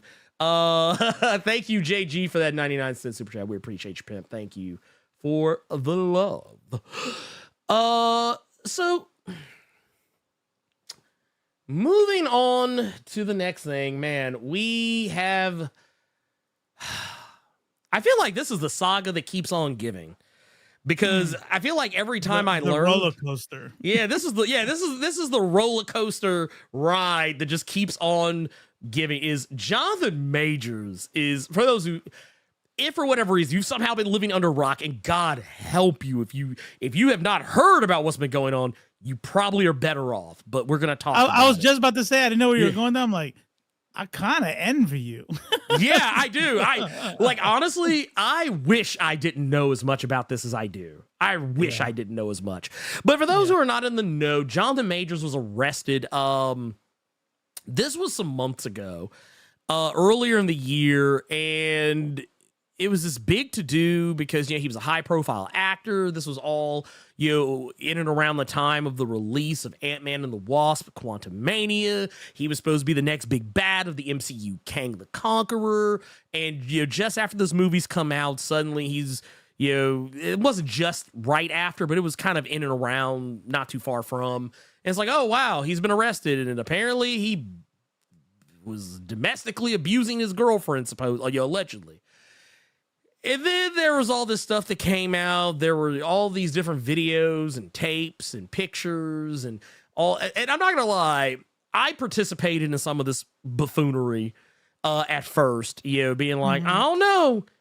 I saw these tapes. I don't know, man. This actually looks kind of bad.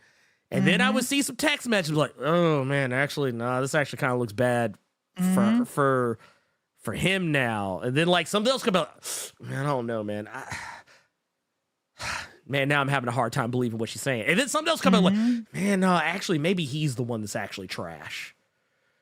And then, but I think that's just human, though. That's human. That's human. Yeah. Yeah. You're processing information as it comes. Yeah. Yeah. And the thing is, that's what I kept telling people, because there were so many people when all this stuff started that just wanted to immediately believe him over the victim. And not because they knew anything or had any inside baseball, but just because,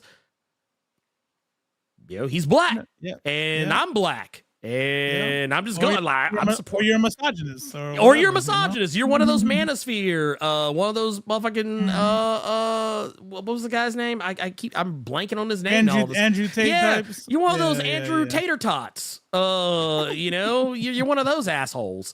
You listen to Fresh and Fit on the regular, like, which is wow. Okay, if you told me you liked Fresh and Fit, I'm not gonna lie, I would call you fucking Yeah. It depends on how cool I am with you. If I don't know you at all, you're dead. You're gone. Yeah, like that's it. You're off the island. Yeah, but if you were the homie that like we've been getting along, and then we decided to talk about topics, I might try to reach out. I might. You know what? We're gonna do some verbal sparring right now, and I'm really hoping, because there is one little tiny bit.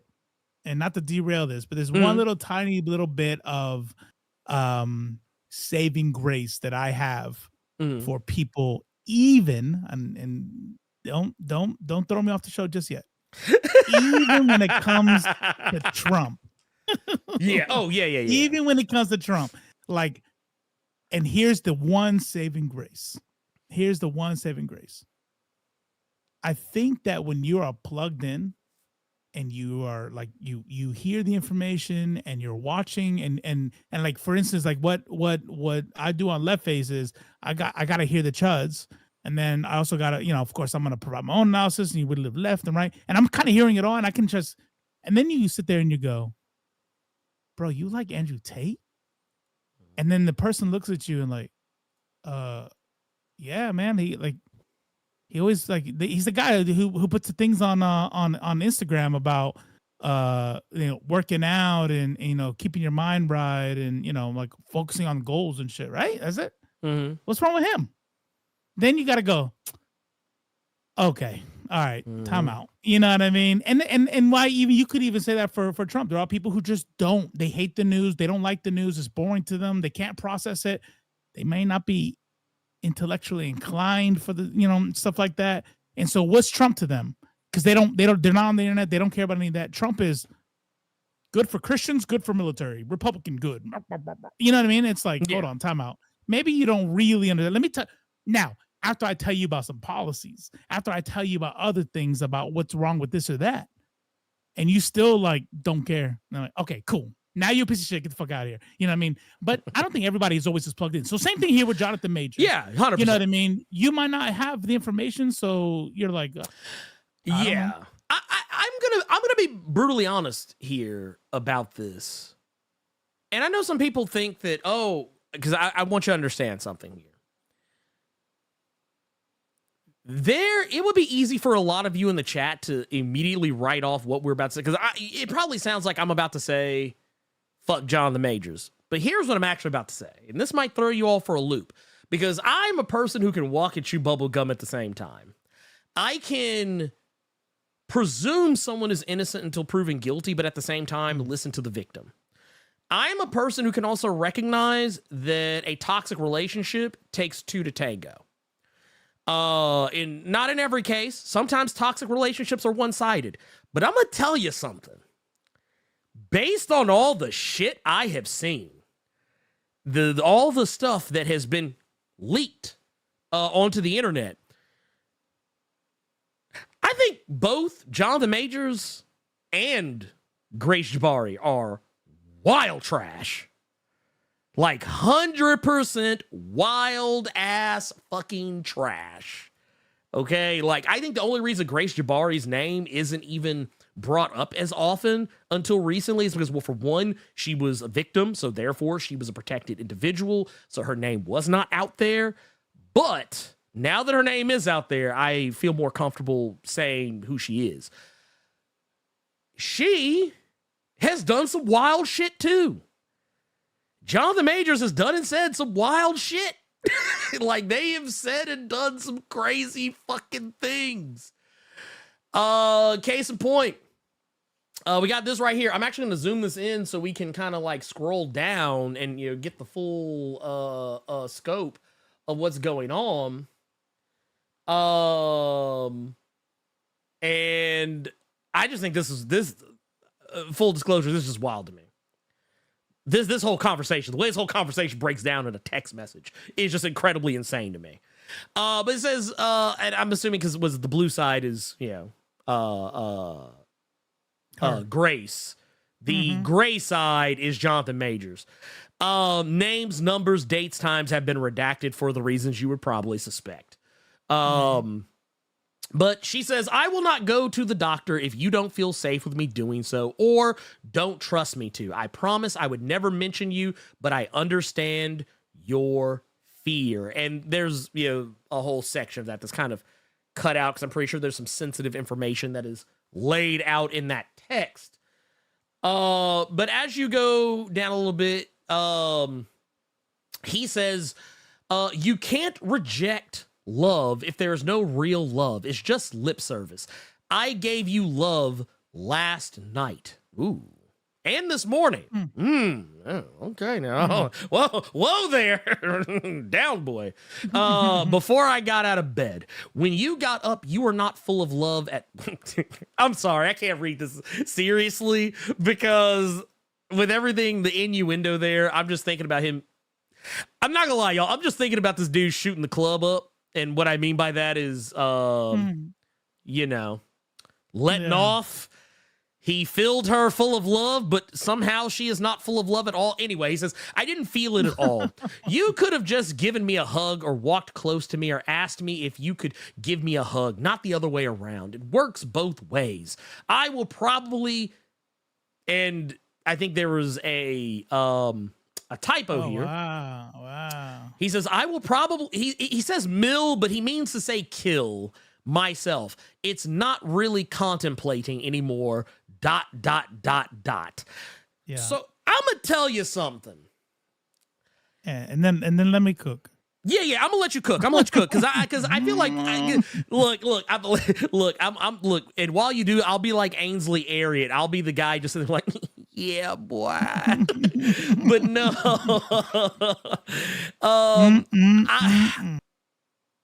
this is some soft, dude. This is some like what? There's a term for this.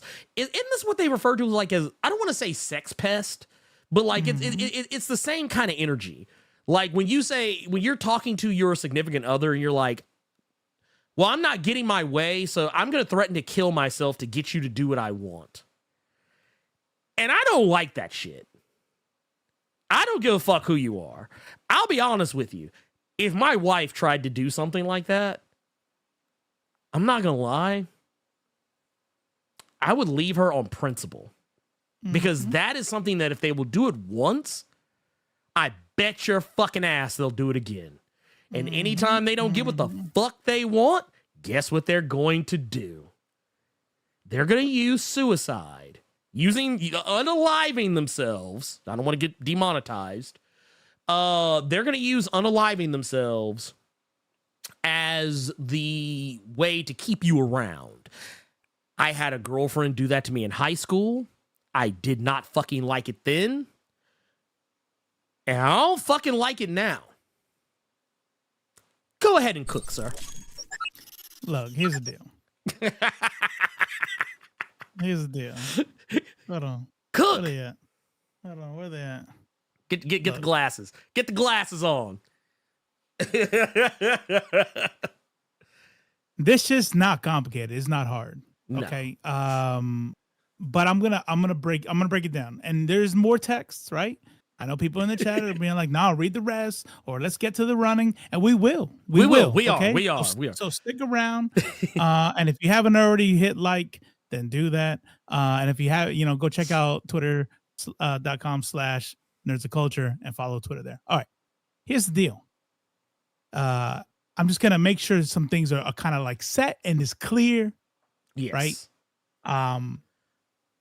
Two people could be toxic and still one is the abuser. All right. We're gonna keep going. Like, things can be bad, when you are the person who has the power dynamic, right? Whether it's the wealth or the fame, the size, the strength, right? When this right here is absolutely quintessentially abuse. This is called emotional abuse. Yeah, you know what emotional manipulation, 100%. All you have to do is go to Google, right? It's free, and type in types of emotional abuse. Hell, you can go to ChatGPT and say, "Hey, give me a quick description on different types of emotional abuse," right? And they're gonna pull us some shit. And you know what one of them is? One of them is, I'm gonna kill myself. That's what it is. It's 100% abuse. If you are so upset that someone's gonna leave you or whatever, it is a way for you to get them to do something that you want them to do. So that's one thing. Okay. The top part of his deal said, and if you are under 18 in this chat, what are you doing? You got school tomorrow. Right. But this, what he said at the beginning was, we had sex last night. We had sex this morning. And yet you didn't show me affection. What? So now you're using sex, right? As a tool to, again, manipulate further. Now we're gonna read more texts, and these are the texts that everybody said that it looked bad, and then we're gonna look at the video of running. Yeah, and I have a feeling some of y'all are not gonna like what I have to say about the running either. All right, spoiler warning: nothing about the running has changed my mind, even if she is also a piece of shit. But I just will close by saying this, right? He's not the abuser because he's the dude, right? If he's the abuser, right? If nothing else new comes out, it's not good because he's the dude, because woman can absolutely do this shit too. Yes. Woman could be physically abusive. They could do that. I'm killing myself. They could do this shit too. You know what I'm saying? But if you are going to sit there and not even understand that, the idea, I just want you to, we're going to make it a quick example, then we'll move on. A quick example that y'all would be able to understand. I want you to imagine, and because the reason why it's so hard for people to wrap their head around this is sometimes they don't want to, right? But maybe you're not a misogynist, but you still don't really get it. And it's because it's not physical abuse. I just want you to replace the emotional abuse with physical abuse. I want you to replace, instead of doing this shit, I'm going to kill myself. I want you to imagine that he's literally, and I mean, who knows what happened at the car, whatever, we'll figure out more. But imagine he beat the fuck out of her, right? Would you then say, yeah, but the next day she fucking she hit him with a bat? Or, well, she stays with him. Or, you know what? That's a bad question because people say that shit all the time. Let's say, let me just if you're the kind of person to go, if you stay with a dude who hits you, you deserve it, then I need you to understand that you are tragically ignorant about the psychology that goes into relationships of abuse. Yeah, that's it. And this is not physical abuse as at this part right here, but it's still the same kind of mental fuck ups. Yeah, and that's why men will stay with women who cheat on them, who hit them, who emotionally abuse them, and women will do the same thing. But the fact that they're both do psychotic, toxic shit doesn't mean that there's not an abuser in that relationship. Oh yeah, 100%. No, 100%.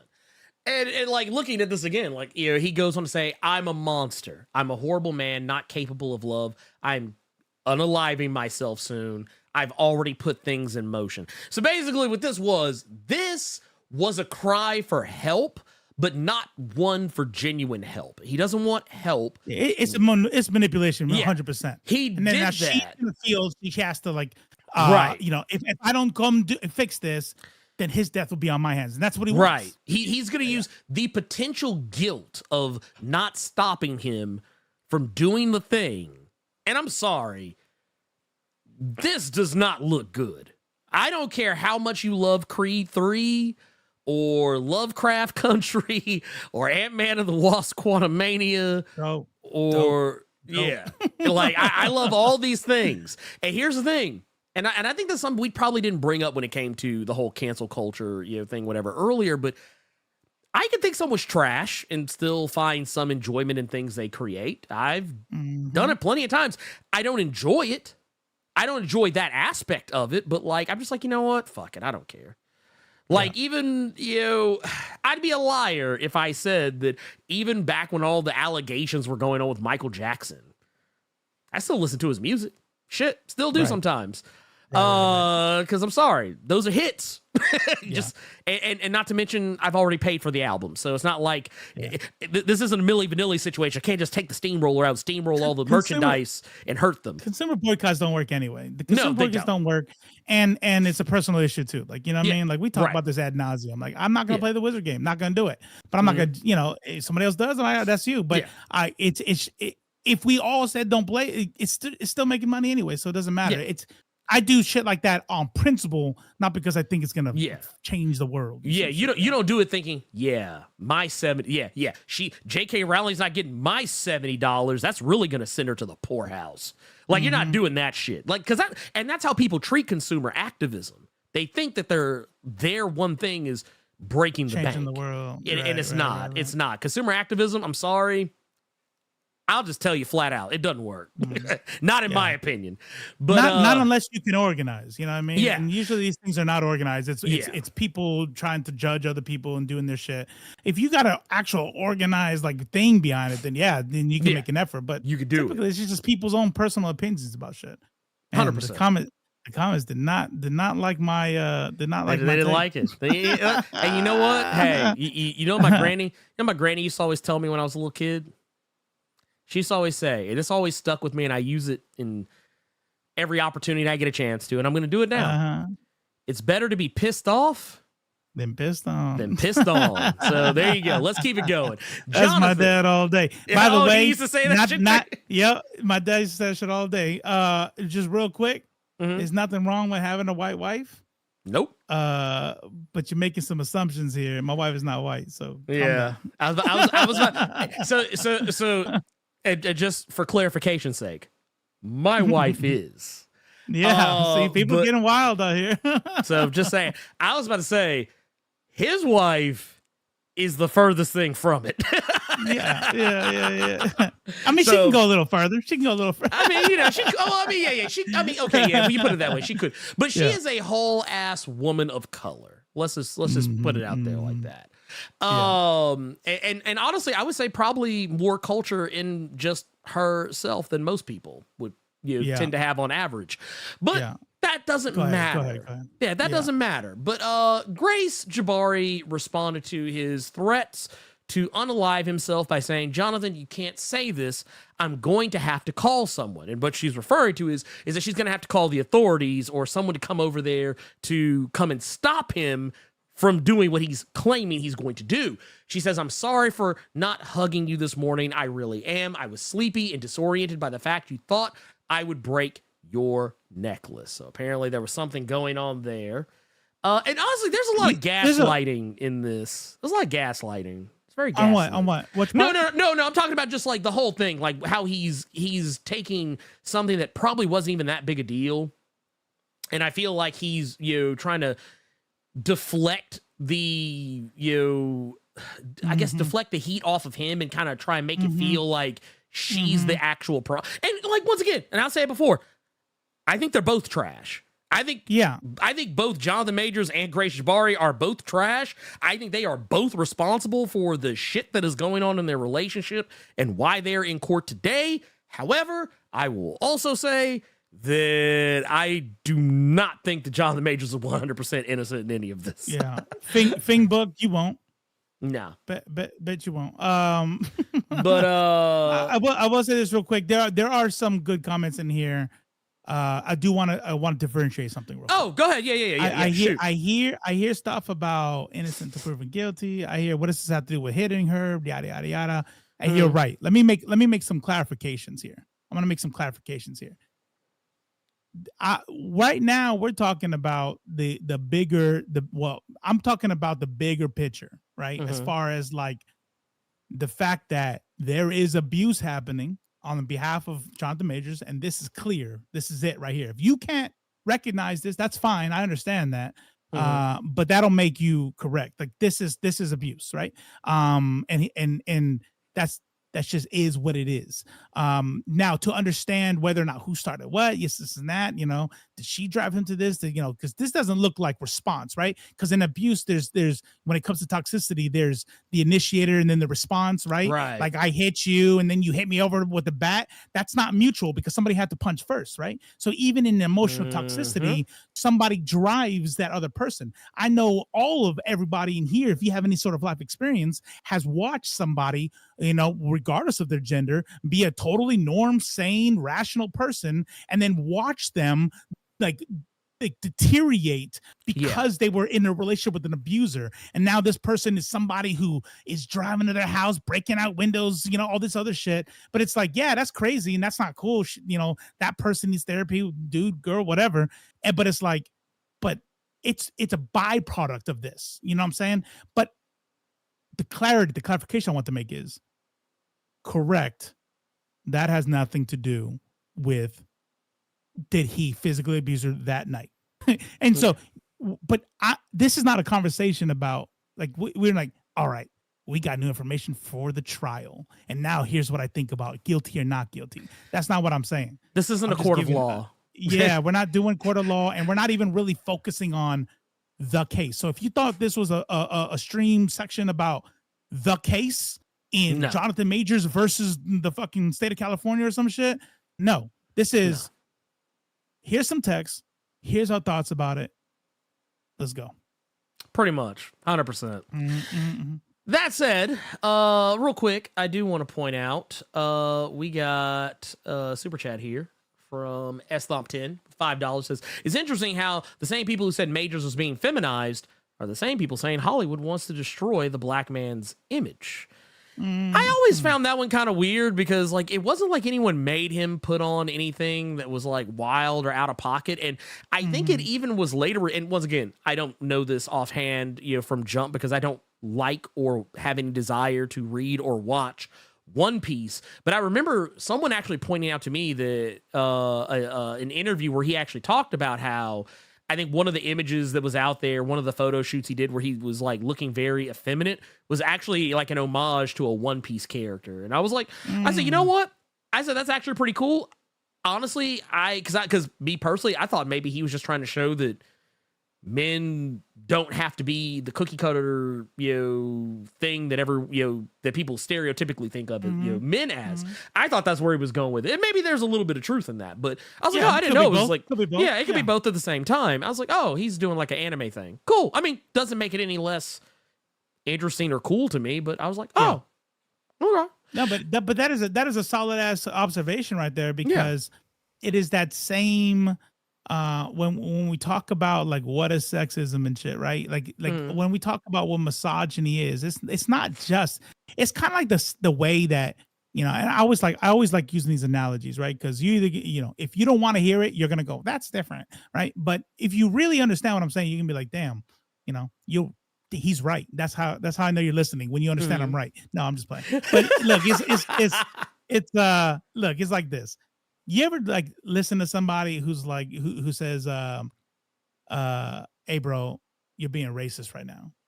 And then they go, no way, I'm not racist because I don't hate black people, or I don't wear a white hood, or I don't have a tattoo of a swastika. Like they use like the most like cartoonish kind of version, not understanding what racism is, right? And the same thing happens with misogyny, right? When somebody says, hey, you're being misogynistic, people go, I love my mom. I got a wife. I got a daughter. You know what I mean? You can have all those things. I work with women and I don't hate them. So you're wrong. It's like, bro, listen, that's not what misogyny is. This is just like racism isn't just having a swastika tattoo. A misogyny is not just I hate women.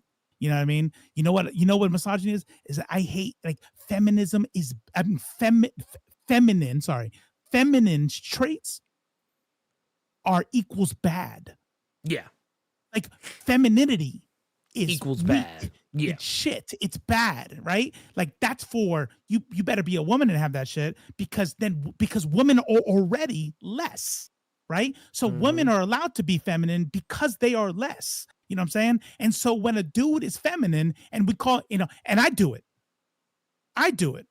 When I'm calling dudes soft, it's probably low key some I got some shit I still probably got, but I call dudes soft. I call man, the dude's acting like a bitch, this is that. And even in our everyday language that I still use to this day is still addressing femininity as an insult, right? And that's why when a dude wants to come out there, even somebody like Jonathan Majors, where not one of you motherfuckers will say that shit to his face, but is gonna wear something feminine, he's gonna get shit. In the same way, we still have some of that kind of like femininity is shit type thought process, right? Now, before anybody gets all upset, maybe I'm not talking about you. I don't know.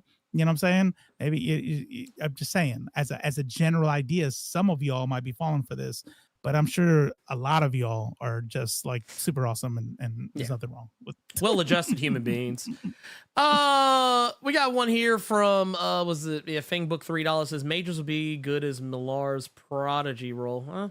Maybe, I don't know. I have, and just for clarification, yes, I have read it. It's Prodigy. That's the one that people were bringing up. That was like you knew who he was by reading Prodigy. No, yeah. I'm sorry. It wasn't that one. It was, is it Nemesis? Did I just see that? Nemesis, yeah. I heard is some wild shit where they're going to have like rape and all this kind of crazy shit on there to where it's like, you don't need to like, you just read Nemesis. Yeah. You don't need anything else after that. Yeah. We also got another one. We also got one here from the House of Left Field. from the house I used to formerly know as the House of Beta. I still miss that. I miss that. My very white wife, apparently. Yeah, the white. I feel like if Cipher were here, he'd say the whitest of wives. Yeah. But with the $9.99, says I find it very scary and interesting how people are unable to differentiate power and control with manipulative language, and that is bars. It just is what it is, and I will even cop to it because I think just in this stream alone, I called Millar soft. I called him a soft boy. I did too. Yeah. And here's the thing. For sure. And this is me and my wife have actually talked about this a great bit. She always points out that, and anyone who used to watch missed it, man eater. I'll tell you after. Wait, why am I? Wait, why am I white? You had to be there. No, roll back a few minutes, but no. My wife always jokes with me that I say the word bitch too much, but like my wife also knows what I mean when I say bitch because like I call men bitches, I call women bitches, I call myself a bitch. Bitch is honestly just, it's like to me, and I know I don't.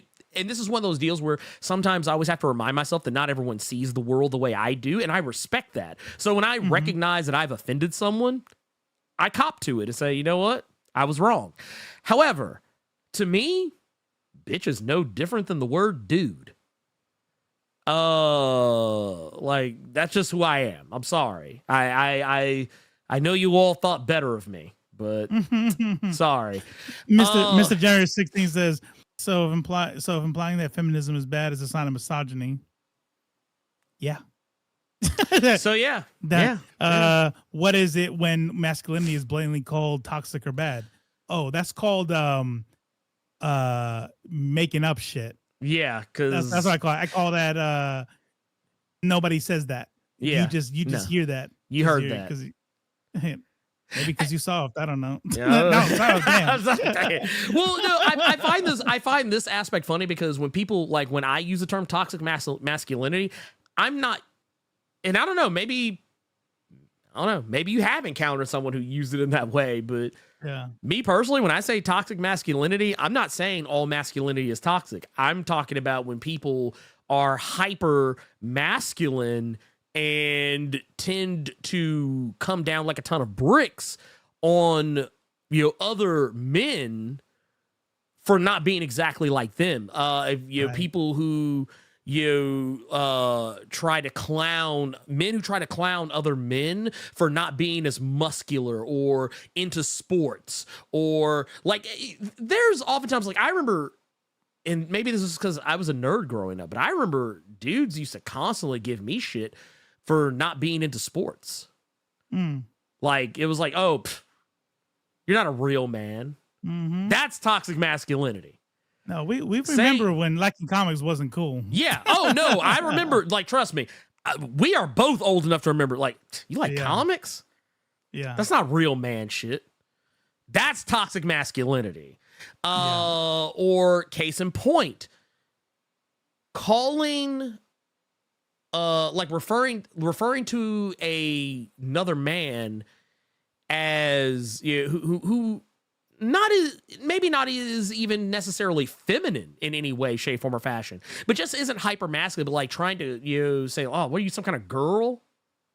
Like a case in point, which goes to my point. Yeah. Yeah. You know if you say like what if like let's use Twilight as like let's say for whatever you like, oh man, you like Twilight? Pfft, that's girl stuff. What?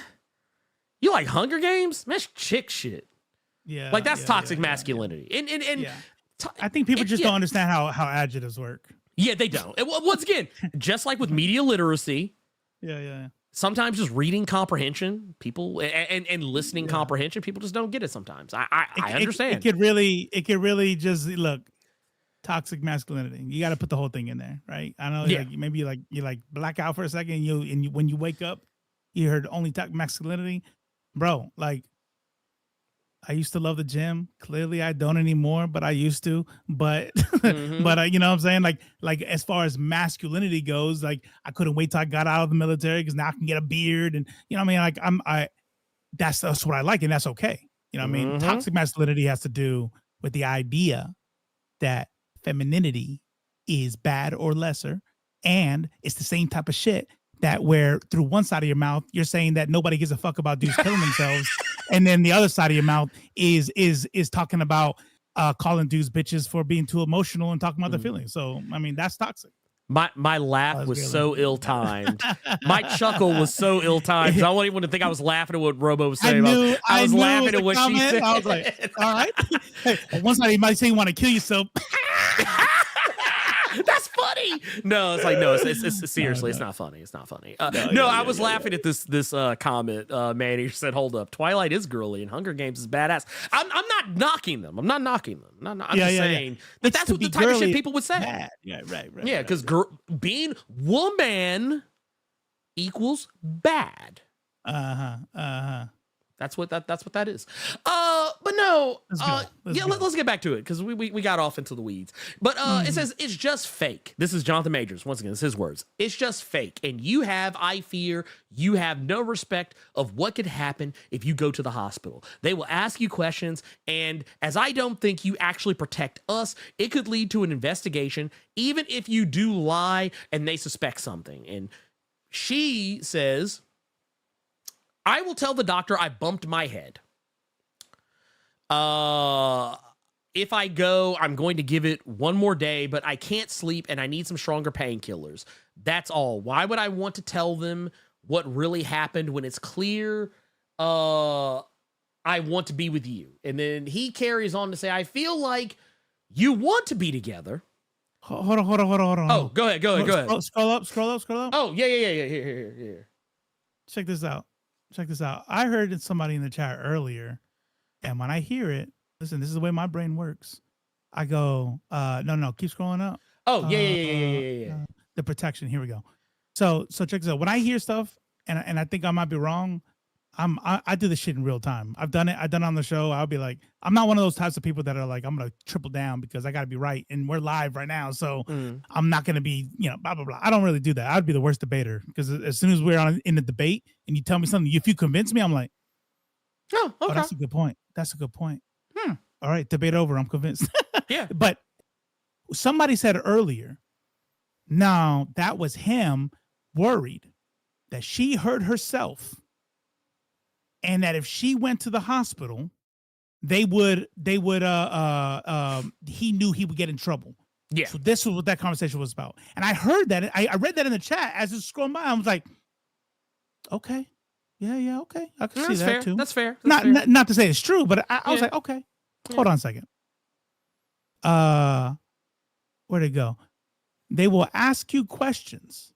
And as I don't think you actually protect us, it could lead to an investigation.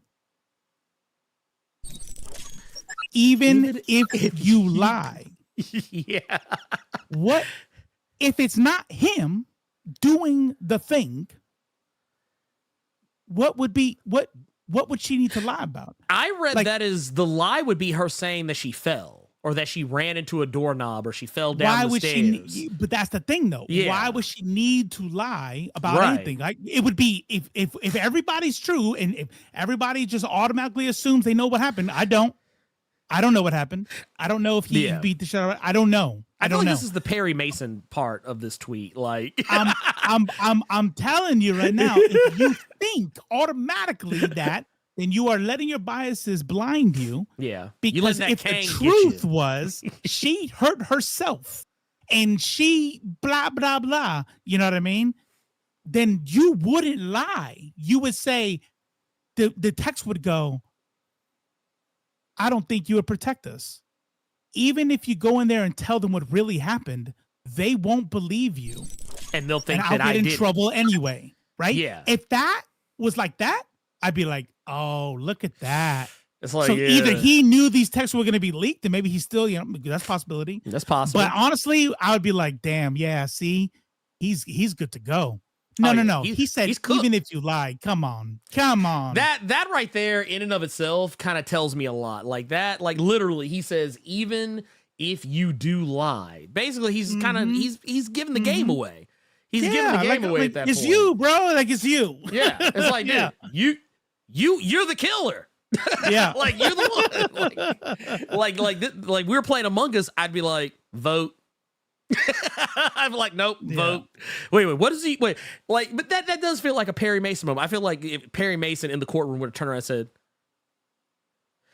that may be true, but you didn't mention that she would have to lie. What would she be lying about? Like, I feel like that, like, yeah, any, like, I'm gonna tell you right now, any lawyer who is worth even at least like a fraction of what Jonathan Majors makes would be able to tell you he fucked up right there. Even if he's innocent, I am willing to presume that he has done nothing wrong. He is guilty to proven innocent. And even with that in mind, I look at those words and go,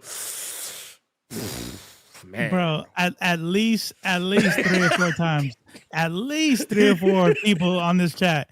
Listen, y'all, I love y'all. Your support means the world to a brand new podcast. This is fucking dope. Okay. Yes. But I need you to ask yourself a question. If one more motherfucker asks me or tells me about her testimony, I need you to then ask the next question. If she went up on stage and said, he beat the shit out of me, would that be the end of it for you? Would you be like, damn, under oath too? Shit, guess I was wrong. Aren't the Majors guilty because she said so? And if the answer is no, why is it, you are not serious people. Like, you are not being like why so people lie, bro. Like, she wants to save the relationship. She doesn't want to lose her fucking millionaire boyfriend. She doesn't want to, if she's being abused, and if she's mentally abused, because it looks like she is, but if she's being abused, then she's fucked up in her head. She wants to fucking lie. Come on, man. Use your head. Even go back and look at the text where, like, she said that she even said then that she would lie, that she would cook up some story for the police just so he didn't get in trouble in those original texts. So I mean, yeah, I'm sorry. None of this. Yeah. This looks bad on. Like honestly, these texts, to me personally, so far, they look worse for him than they do for her by any stretch of the imagination. But once again, I can walk and chew bubblegum at the same time. I can still presume the guy is innocent until proven guilty. Sure. But these texts make it very difficult to maintain that. Like if I were on the jury. Whew, man, I'd be like, man, I don't know, man. Everybody's allowed to have a bias, man. We are all human. I just wish more people. Cause I do this shit all the time. Like my niece, fucking like she, damn. Never mind. Let me just stop talking. Yeah, I tell you what, we're gonna do. We're gonna read this $49.99 super chat from Damaris Love, who said, "I honestly, God damn, yeah, right." Okay. He said, it's like, all right, I mean, I'm not mad at it. I respect it. They say, I honestly think that, good night. Sorry. Oh no, you're good. You're good. Bad habit. I felt bad. Because I was like, man, wait a minute. That's like, she's leaving. But no, she's fam. But no, Damaris Love says, I honestly think that toxic masculinity seems to be a trait to men who don't have common sense or any respect for any human being. And I would say, honestly, That's a W statement. Those are bars. That's legit because you know why those are bars. That's even more legit than what I was saying because when we talk about because I did talk about the suicide shit. A lot of people when they think about toxic masculinity, they think about like dudes being shitty to women, and unfortunately, that is probably the main core of it, right? But you know who a toxic masculinity is also fucking shit to? Other men, right? Other people, you know what I mean? Like it sucks for men. High suicide rates is because of toxic masculinity. You know, go back and watch any 80s movie. Go back and watch any movie from like the 80s where like the jock is like constantly like hounding the nerdy kid and treating him like trash. That's textbook toxic masculinity. We just didn't have a name for it back then. All we called it was the jocks versus nerds deal. That's what we used to call toxic masculinity back then. But now we have an actual name for that thing, and people don't like it because now they realize maybe they were the villain all along.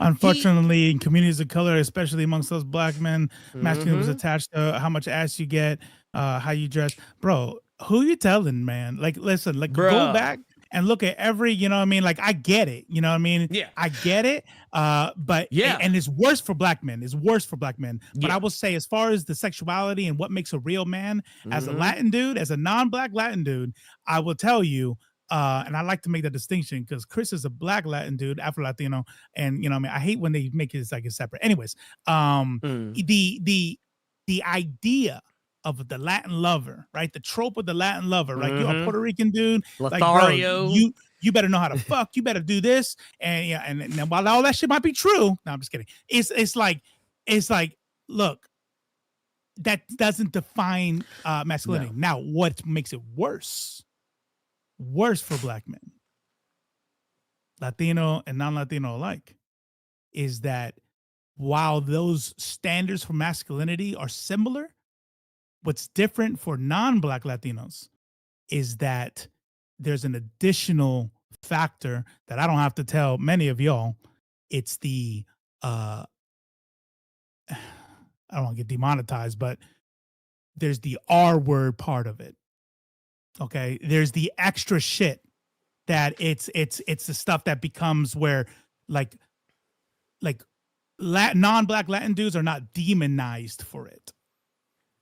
Black dudes are, to the point of, and we know what history's told us about what has happened with false accusations and shit like that, which I know is relevant. I hear it. I mean, like I said, these are things. I nothing wrong was said here. But Majors goes on to say, I feel like you want to be together, as in to not embarrass yourself for everything you've said to your friends and family. Last night, I considered killing myself versus coming home. You said you needed love last night, and I put my feelings aside and tried to give you that. I need love too. Or maybe I'm such a monster and horrible man that I don't deserve it, and I should just kill myself. This way of existence is miserable. And he carries on to say some other things, which we're going to jump over to right here. Let's see. This is where, he says, you can't reject love if there's no real love. It's just lip service. I gave you love last night and this morning before I got out of bed. When you got up, this is actually from earlier. This is actually one. Oh, technically, I think, this is actually one from earlier. This is actually the same one from earlier. But more or less, going back to it, I'll go back to the previous one because I think this is pretty much emo kind of screenwriting. Yeah, I mean, that's pretty much, I mean, honestly, if you told me this dude was in like AFI, I would have believed you. But yeah, I don't know. I just, when I'm looking at this, I'm just like, this is some, and you know what? Let's just go ahead and look at the other thing. This is the other thing that came up.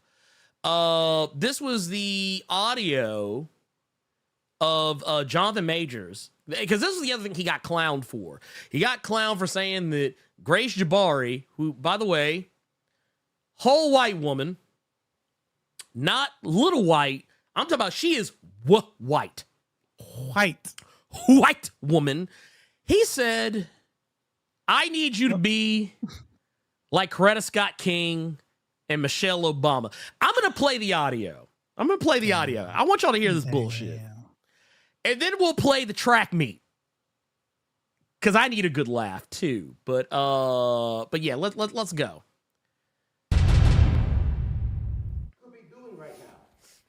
Period. This is actually, period. Do you understand that? Yeah. Do you really though, baby? Do you really? Yes. Then how dare you come home drunk and disturb the peace of our house? Damn, not the peace of your house. I would like to get to the point where your friends know what job I'm on and go, I think Grace is gonna be out of commission. You know what I mean? I hear. Yeah, I won't. No. Do you understand that? Because that team, that unit, right? Grace has to be in a certain mindset to support Coretta Scott King. You know who that is? That's Martin Luther King's wife. Michelle Obama, Barack Obama's wife. I know. I'm not. I shouldn't have gone out. I'm No, sorry. let me just lay it out for you, right? If I'm just gonna say this. My temper, my shit, my trauma, blah, all that said, right? And I'm not saying I'm a great man. A great man. I am doing great things, not just for me, but for my culture and for the world. That is actually the position I'm in. That's real. I'm not being a dick about it. I didn't ask for it. I've worked, and that's the situation. Damn. The woman that supports me, that I support, that needs to be a great woman and make sacrifices the way that man is making for her and for them ultimately. Last night, 2 nights ago, you did not do that. You did not do that. I'm sorry. Which took away from the plan. And the plan is everything. If it was just you in the house drunk, maybe I could have swallowed it.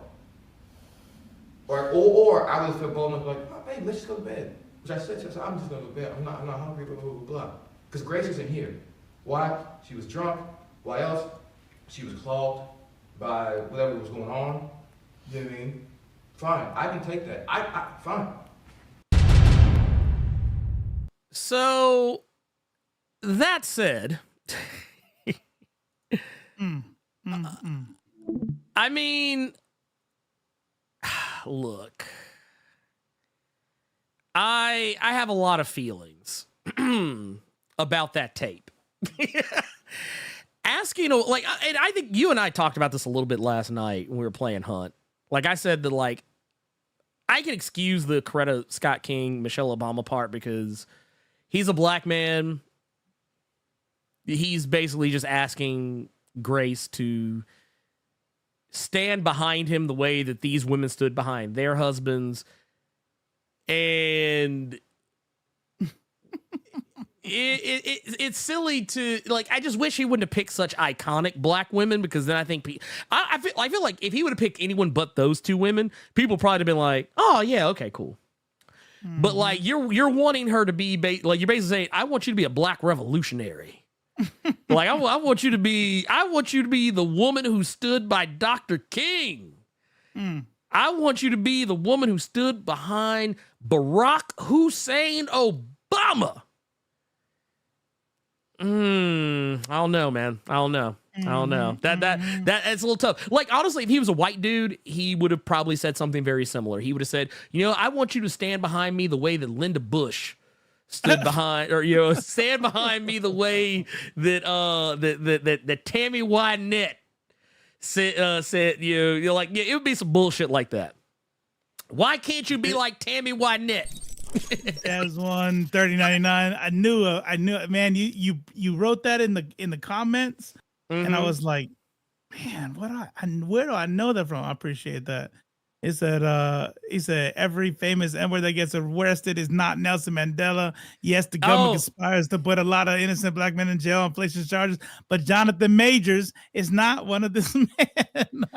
Right, exactly. Yeah, was it fucking Huey Freeman off the Boondocks? Yeah. That's exactly I don't know. I just.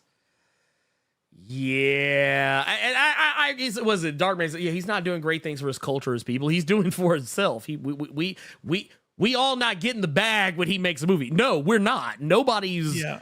I mean, yeah, is he giving money to charity to black charities? Most likely, probably. Yeah. But I mean, at the end of the day, just because he's successful doesn't mean that we're all just successful right along with him. I mean, a rising tide does lift all ships, but not in this case. This is not. That's right. This is not what's going on here. That's right. Hey, and real quick. Look, I know. Blerd and Carter, they usually do this shit. What I'm about to do quiet, right? And then it's like I see like shit gets like deleted and shit like that. But I'm a different dude. Desmond Yoon, like we get y'all's opinion. He's an abuser. Can we move on to something interesting? Bitch, you don't gotta be here. You know what I'm saying? I was gonna say, I mean, you literally came, you clicked on a video that literally had this motherfucker's face on it. Yeah, there's two topics in the title, and you're bitching about the second one. Like, okay. Yeah. You showed up 1, late, 2, complaining. What was it, Donny Cates? What was it? The Ram V said. You don't get to go. You don't get to dictate what's going on. Oh yeah. This ain't a restaurant. This ain't a restaurant. Look, I'm gonna tell you, dude. This is like the Warden, man. It's whether you like it or not. I'm sorry. Yeah. But I appreciate the love, but yeah, I'm sorry. You literally came here for us to talk about this. Yeah. Come back to the Blerd Cave where we don't talk about these sort of things. I'm saying, that's why there's more than one show. Because we won't. Because we won't. We'll be talking, like, honestly, Saturday, this Saturday, we'll be talking about Aquaman predictions. That's it. I don't even give a fuck about that movie. So you'll get to be excited, and I'll get to be bored talking about Aquaman. A movie I don't give a fuck about. But we're going to be doing it because it helps keep the channel going. But no, moving on along. Then the next video was released. This one has no sound, so I'm just going to play it and we'll go from there. But so we got video from all this stuff is coming from TMZ for the most part. We got this video's it's traffic cam footage, and it's interesting. Yeah. So here, let's play it. Pulling it up now. There we go. We got the zoom in, enhance. So yeah, he's putting her back in. I think this is where he's putting her back in the car. He's trying to push her into the car. Like she's trying not to be in there. He's saying, "No, get the fuck out of here." And then she's. Oh wait, there it is. He's like, "My people need me." Oh my God. Shit. My people need me. Like, we don't know what happened before or after this, right? No. But I think it's clear, right? God and if I was a juror, look, she almost gets hit by a car right here. She's like, "Fuck it, bruh, stop." Fuck it. Look at it. Did she have rolled over the car and kept running? Yeah, just like a cop, like let's fucking Die Hard or some shit. I'd be like Axel. What's his name? Right, Axel, Axel Foley. Foley, yeah. You saw that announcement, by the way. I did. I was very excited. I'm saying, hey, look, no propaganda, ACAB. Yeah, but I'm watching Beverly Hills. Oh yeah, no, Beverly Hills Cop all day, every day. That's Axel Foley's the only cop I fucks with really anymore. Wait, and right here, this is wild, right? So I don't know if I think I cut it out by accident, but she came running down. She got tired, right? Mm-hmm. Jonathan Major's not going to get tired, and that's her. She's doing whatever the fuck she's talking about. But here's what's wild. Watch this shit right here. He comes back. I don't see. There he comes, right there. Yeah, bro. You had it. You were gone. And I love how he walked by and he just kept on walking, and she did like the white woman. Oh my god.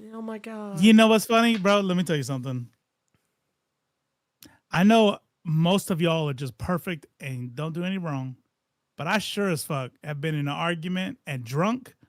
And tell me why. When you're like this, you just start walking. You're like, nah, fuck it, I don't care. And you walk. And it's not like, there's a part in it, even while drunk, that's like, where the fuck am I going, man? What the fuck is this? Like, dude, I actually did. I did that once. Oh no, I did that once. Ex-girlfriend of mine. Dude, we were at a hotel in Milwaukee, Wisconsin, and I just stormed out, dude, there was nowhere to fucking go. And I came and I walked so much, I walked back. Didn't even want to be back. Didn't even want to be back. But I was like, man, fuck this shit. So Just Over Music said they lived there. He's trying to get to his crib. Okay, if that's true, that makes sense. And then he doesn't want to go in there. He thought he had lost her. He comes back. Oh, fuck, she's right there. He's like, this bitch still here. Yeah, okay. Yeah, I mean, I'll give you that. I'll cop to that. But like, yeah.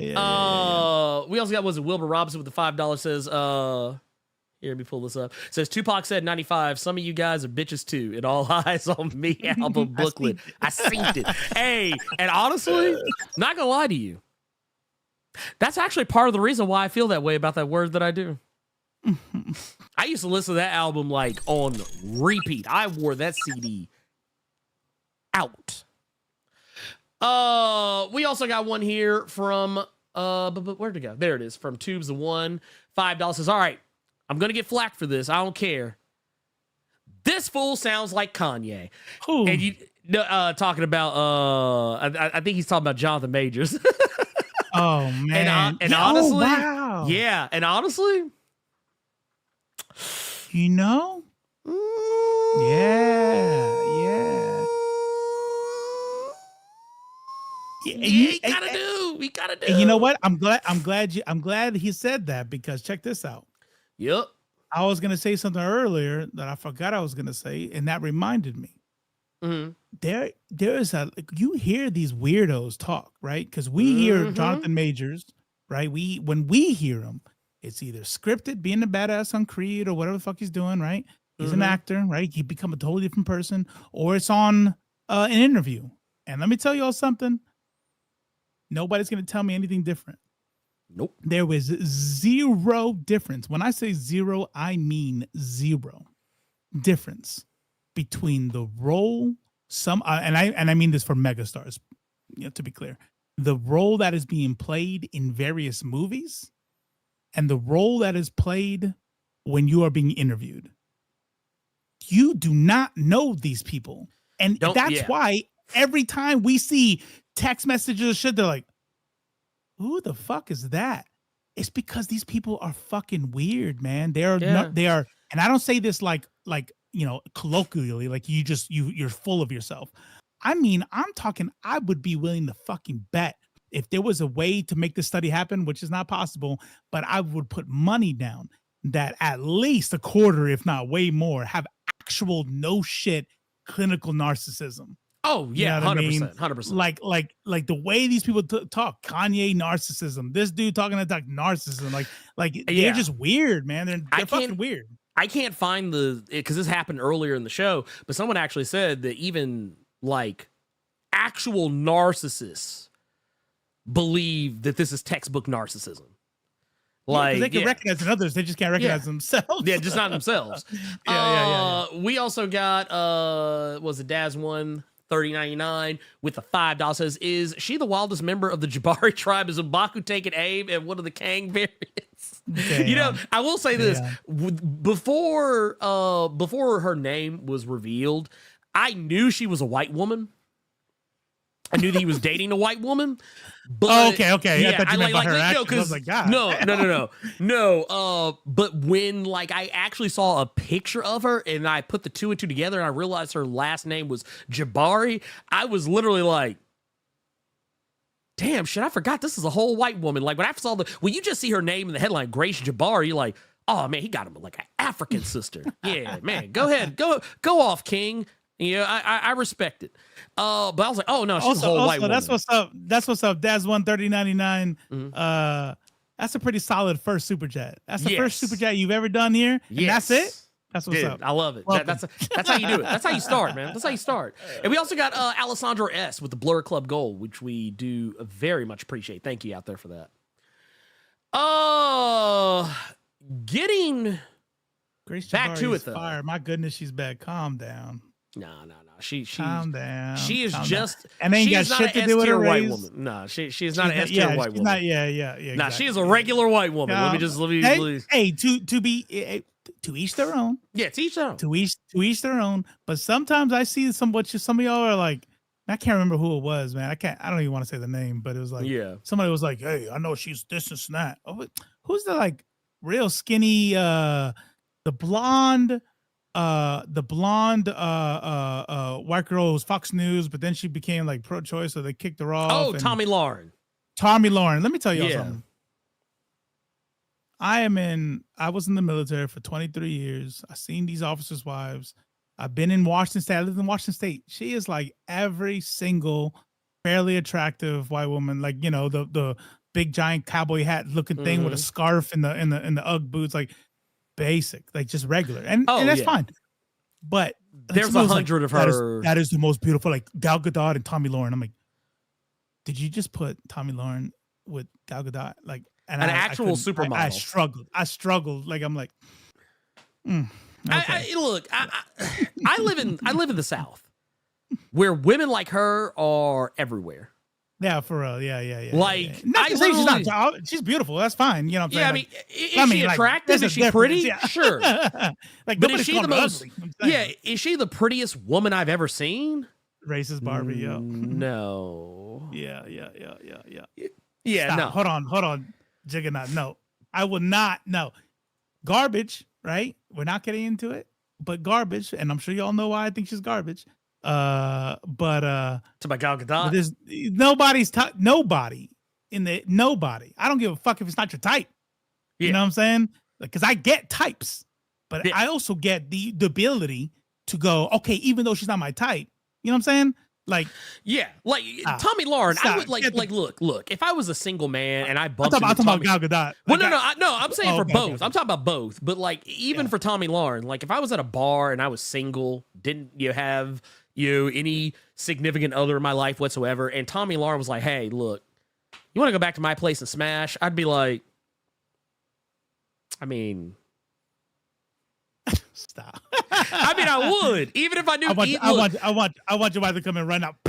look, even if I knew who she was, I'd be like, bet.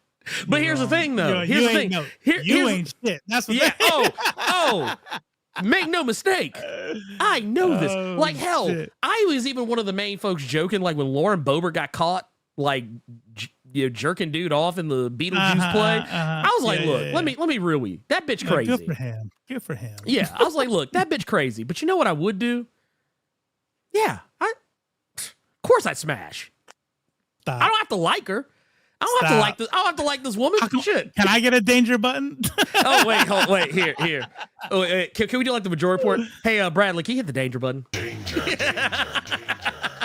One day we're gonna get a producer. And be like, hey man, can you hit the button on him real quick? No, I wasn't in the Army. I was in the Air Force, and just look up what a JTAC is. JTAC. That's what I did in the Air Force. Yeah. Like I said, I want to make something very clear here. I never said that I would love her. I didn't say I would make love to her. Said I would have sex with her. As an Afro-Boricua y Dominicano guy, I like this space because I have man, you gave me a whole ass Vietnamese last name for that one. Okay, but that's autocorrect. I'm trying to space with intelligent men cover is nice, but don't put me on blast for being late. Sabe nuestra gente siempre tan tarde. See, yeah, we were talking about that. He said that our people are always late. I got it. We know about Minority Standard Time. Yeah, but I don't give a fuck about you being late. I give a fuck about you trying to fucking throw shade at the subject when that's on the damn thing. You know what I'm saying? Yeah. But I got it. I was like, I love for you. We still love you. Look, you know what I'm saying? we still love you. You ain't in the hole. Like Carter would have put you in the hole. Like Carter would have straight up put you in the hole. We didn't put you in the hole. And wouldn't have said shit either. No. Like, because I'm a moderator, so I sit in y'all's chat, and sometimes I just see Carter just be sniping people. And you can't even see it on his face. He's like, and all of a sudden, bloop, bloop. Oh, no. Carter is like the snipers that catch us and hunt. You don't even see that motherfucker. All you know is when you get to the death screen, you see so-and-so killed you from 84 meters away. That's all you see. You're like, God damn. Because every time I turn the chat and a whole row of motherfuckers disappear. So yeah, we don't hate you. We love you. It's all love. All this comes from a place of love. But that said, I actually had a couple of other things. Oh, what's up? Mr. January 16th. Hold on. You're making me nervous. Yes, I was at JBLM. If you know me, don't dox me. Making me feel nervous up here. What the fuck? Oh, wait a minute. Hold on. Wait a minute. Make it hot. Listen. I will abuse my powers here. This is not my channel, but like I have some rights. I got a little bit of rights. If you throw my government name out there, if you know me, you're getting banned. 100%. 100%. Wait, I got to give it to Frostradamus. Kanye. That's a thing now. That's a thing now. And it'll never not be a thing. This is going to be a thing from now on. But no, I think honestly, we actually spend way more time talking about all this stuff than we probably normally would have. And you know, because this show, normally we usually aim for like an hour and a half at most. We've clearly been here for 2.5 hours. But I just want to say, oh God, no! This is danger button right here. Said Blerd gonna have Lauren Boebert on a face abuse scene and put hashtag Blerd gaggers. Oh shit! Yeah, I just got it. It took a minute. I'm like, no, he didn't say all. Oh, yeah. That's like, okay, got it. Yeah. Yep. Was it great? Nerd Blerd's top 3 milkmaids movie. Grace Randolph, Tommy Lauren, Laurel. I'm not gonna lie. Real talk. I couldn't fuck with Grace Randolph. Her voice. It makes me sad. The way she talks makes me sad. So I'm sure she feels the same way about me. So it's okay. It's no shame. Look at all the vets in here. That's what's up. Look, hey, shout out to the vets, because you know what? Y'all are. I mean, yeah, I know that the presidents usually get all the credit, but you guys are the real heroes. You know, so. Sometimes the villains, but you know, whatever. Yeah, sometimes you're the. I mean, you know, you know what? I tell you what. You know what? You guys are heroes in my eyes. You know, real talk. Because you know what? Y'all are far braver than myself. Is it dork drainers? Oh God! You know what? This is getting too far off into it. And you know what? Danger. Yeah, let me hit. I will say this though. Once again, I started this conversation off this way. I'm going to end it this way. I can walk and chew bubble gum at the same time. I can look at all of these text messages, all of these tapes, and I can say both parties are trash. that both parties, very likely, this is very much a Bobby and Whitney situation, where we got two people who are probably just not meant to be together, should not be together, and they are against all odds trying to be together, and it is only to their detriment. Do I think that Jonathan Majors can be innocent and at the same time still be a gaslighting, emotionally manipulative piece of shit? Yes, I can.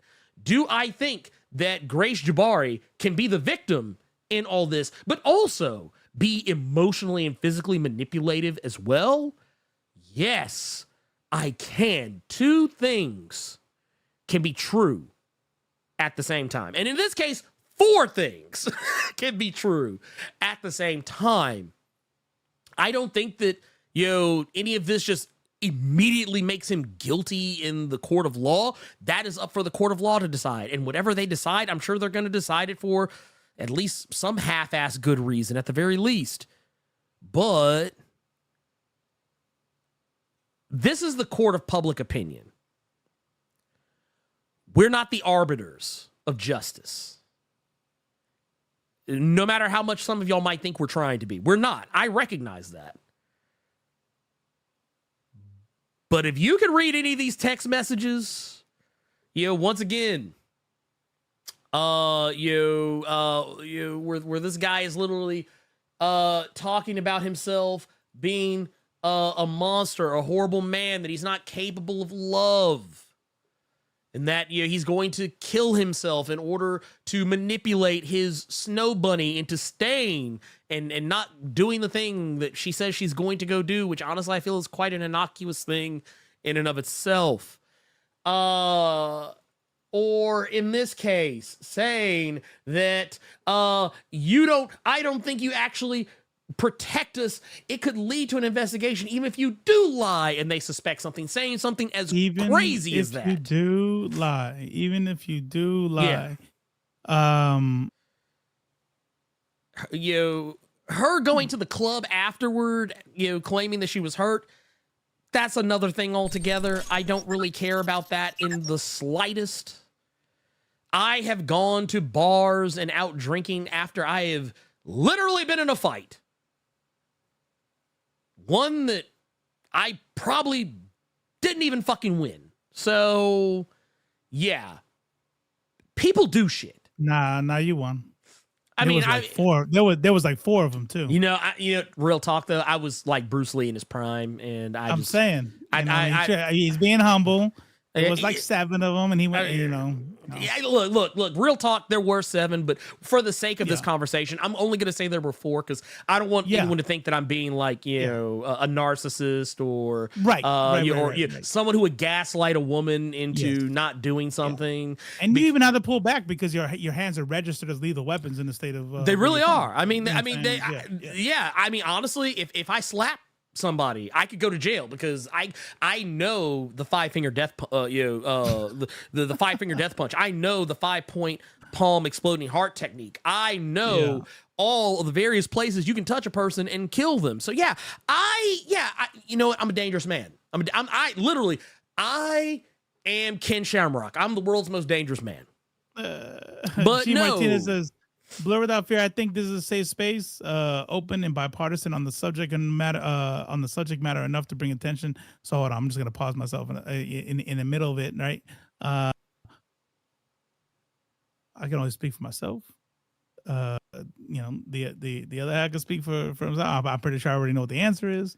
But don't get it twisted. Like, it's not a safe space for everybody. You know what I'm saying? And me personally, I don't ever try to pretend like I have to be bipartisan on shit. Like, look, that's it. That's all I said about that. You know what I'm saying? That one, you ain't shit. He said she Jabari tribe. The correct term is snow ape. God damn it. Damn, I love it. No, first off, I want to address I'm going to address woke as fuck. So I don't know if you know this about me. I can say snow bunny, and you know why?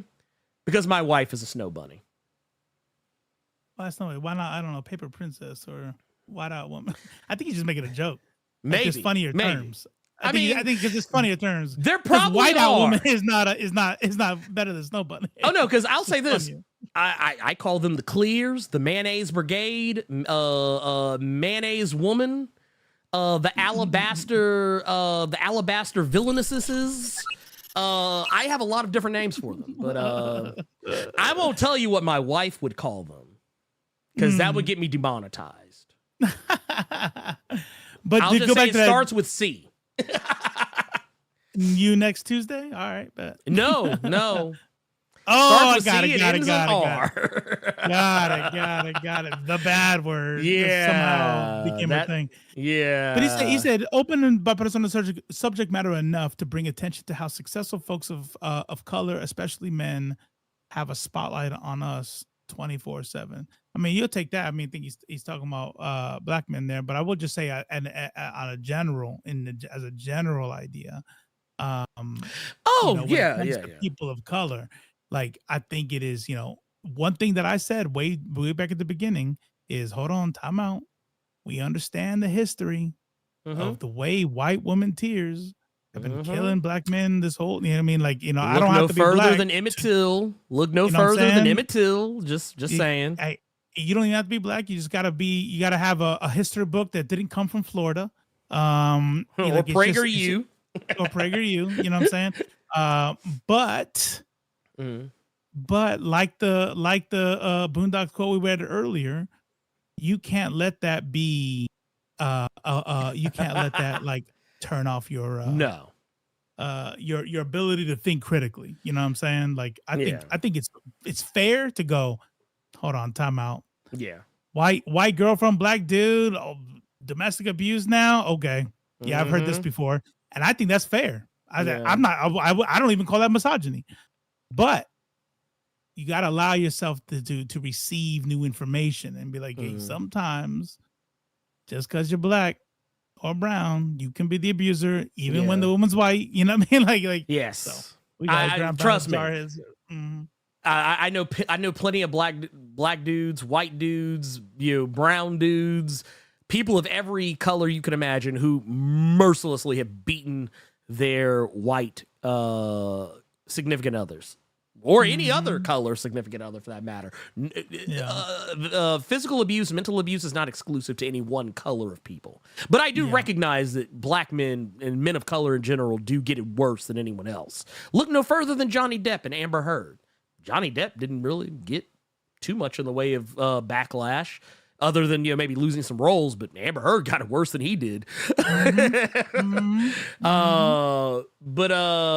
here Damaris Love says we got ground pounders, jarheads, chair force, and the newly installed Spaceballs. I like it. I like that. We got LJ Brown out here with the $4.99. These are pounds, I believe.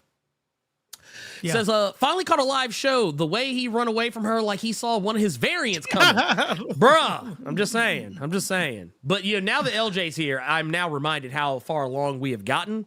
And I'm gonna say that's the show. I'm gonna say I think that's it. Do you want to say the thing, Robo? Do you want to carry us out? Ladies, gentlemen, and NBs, this is Blerd Without Fear. We are in the Blerd Without Fear multiverse.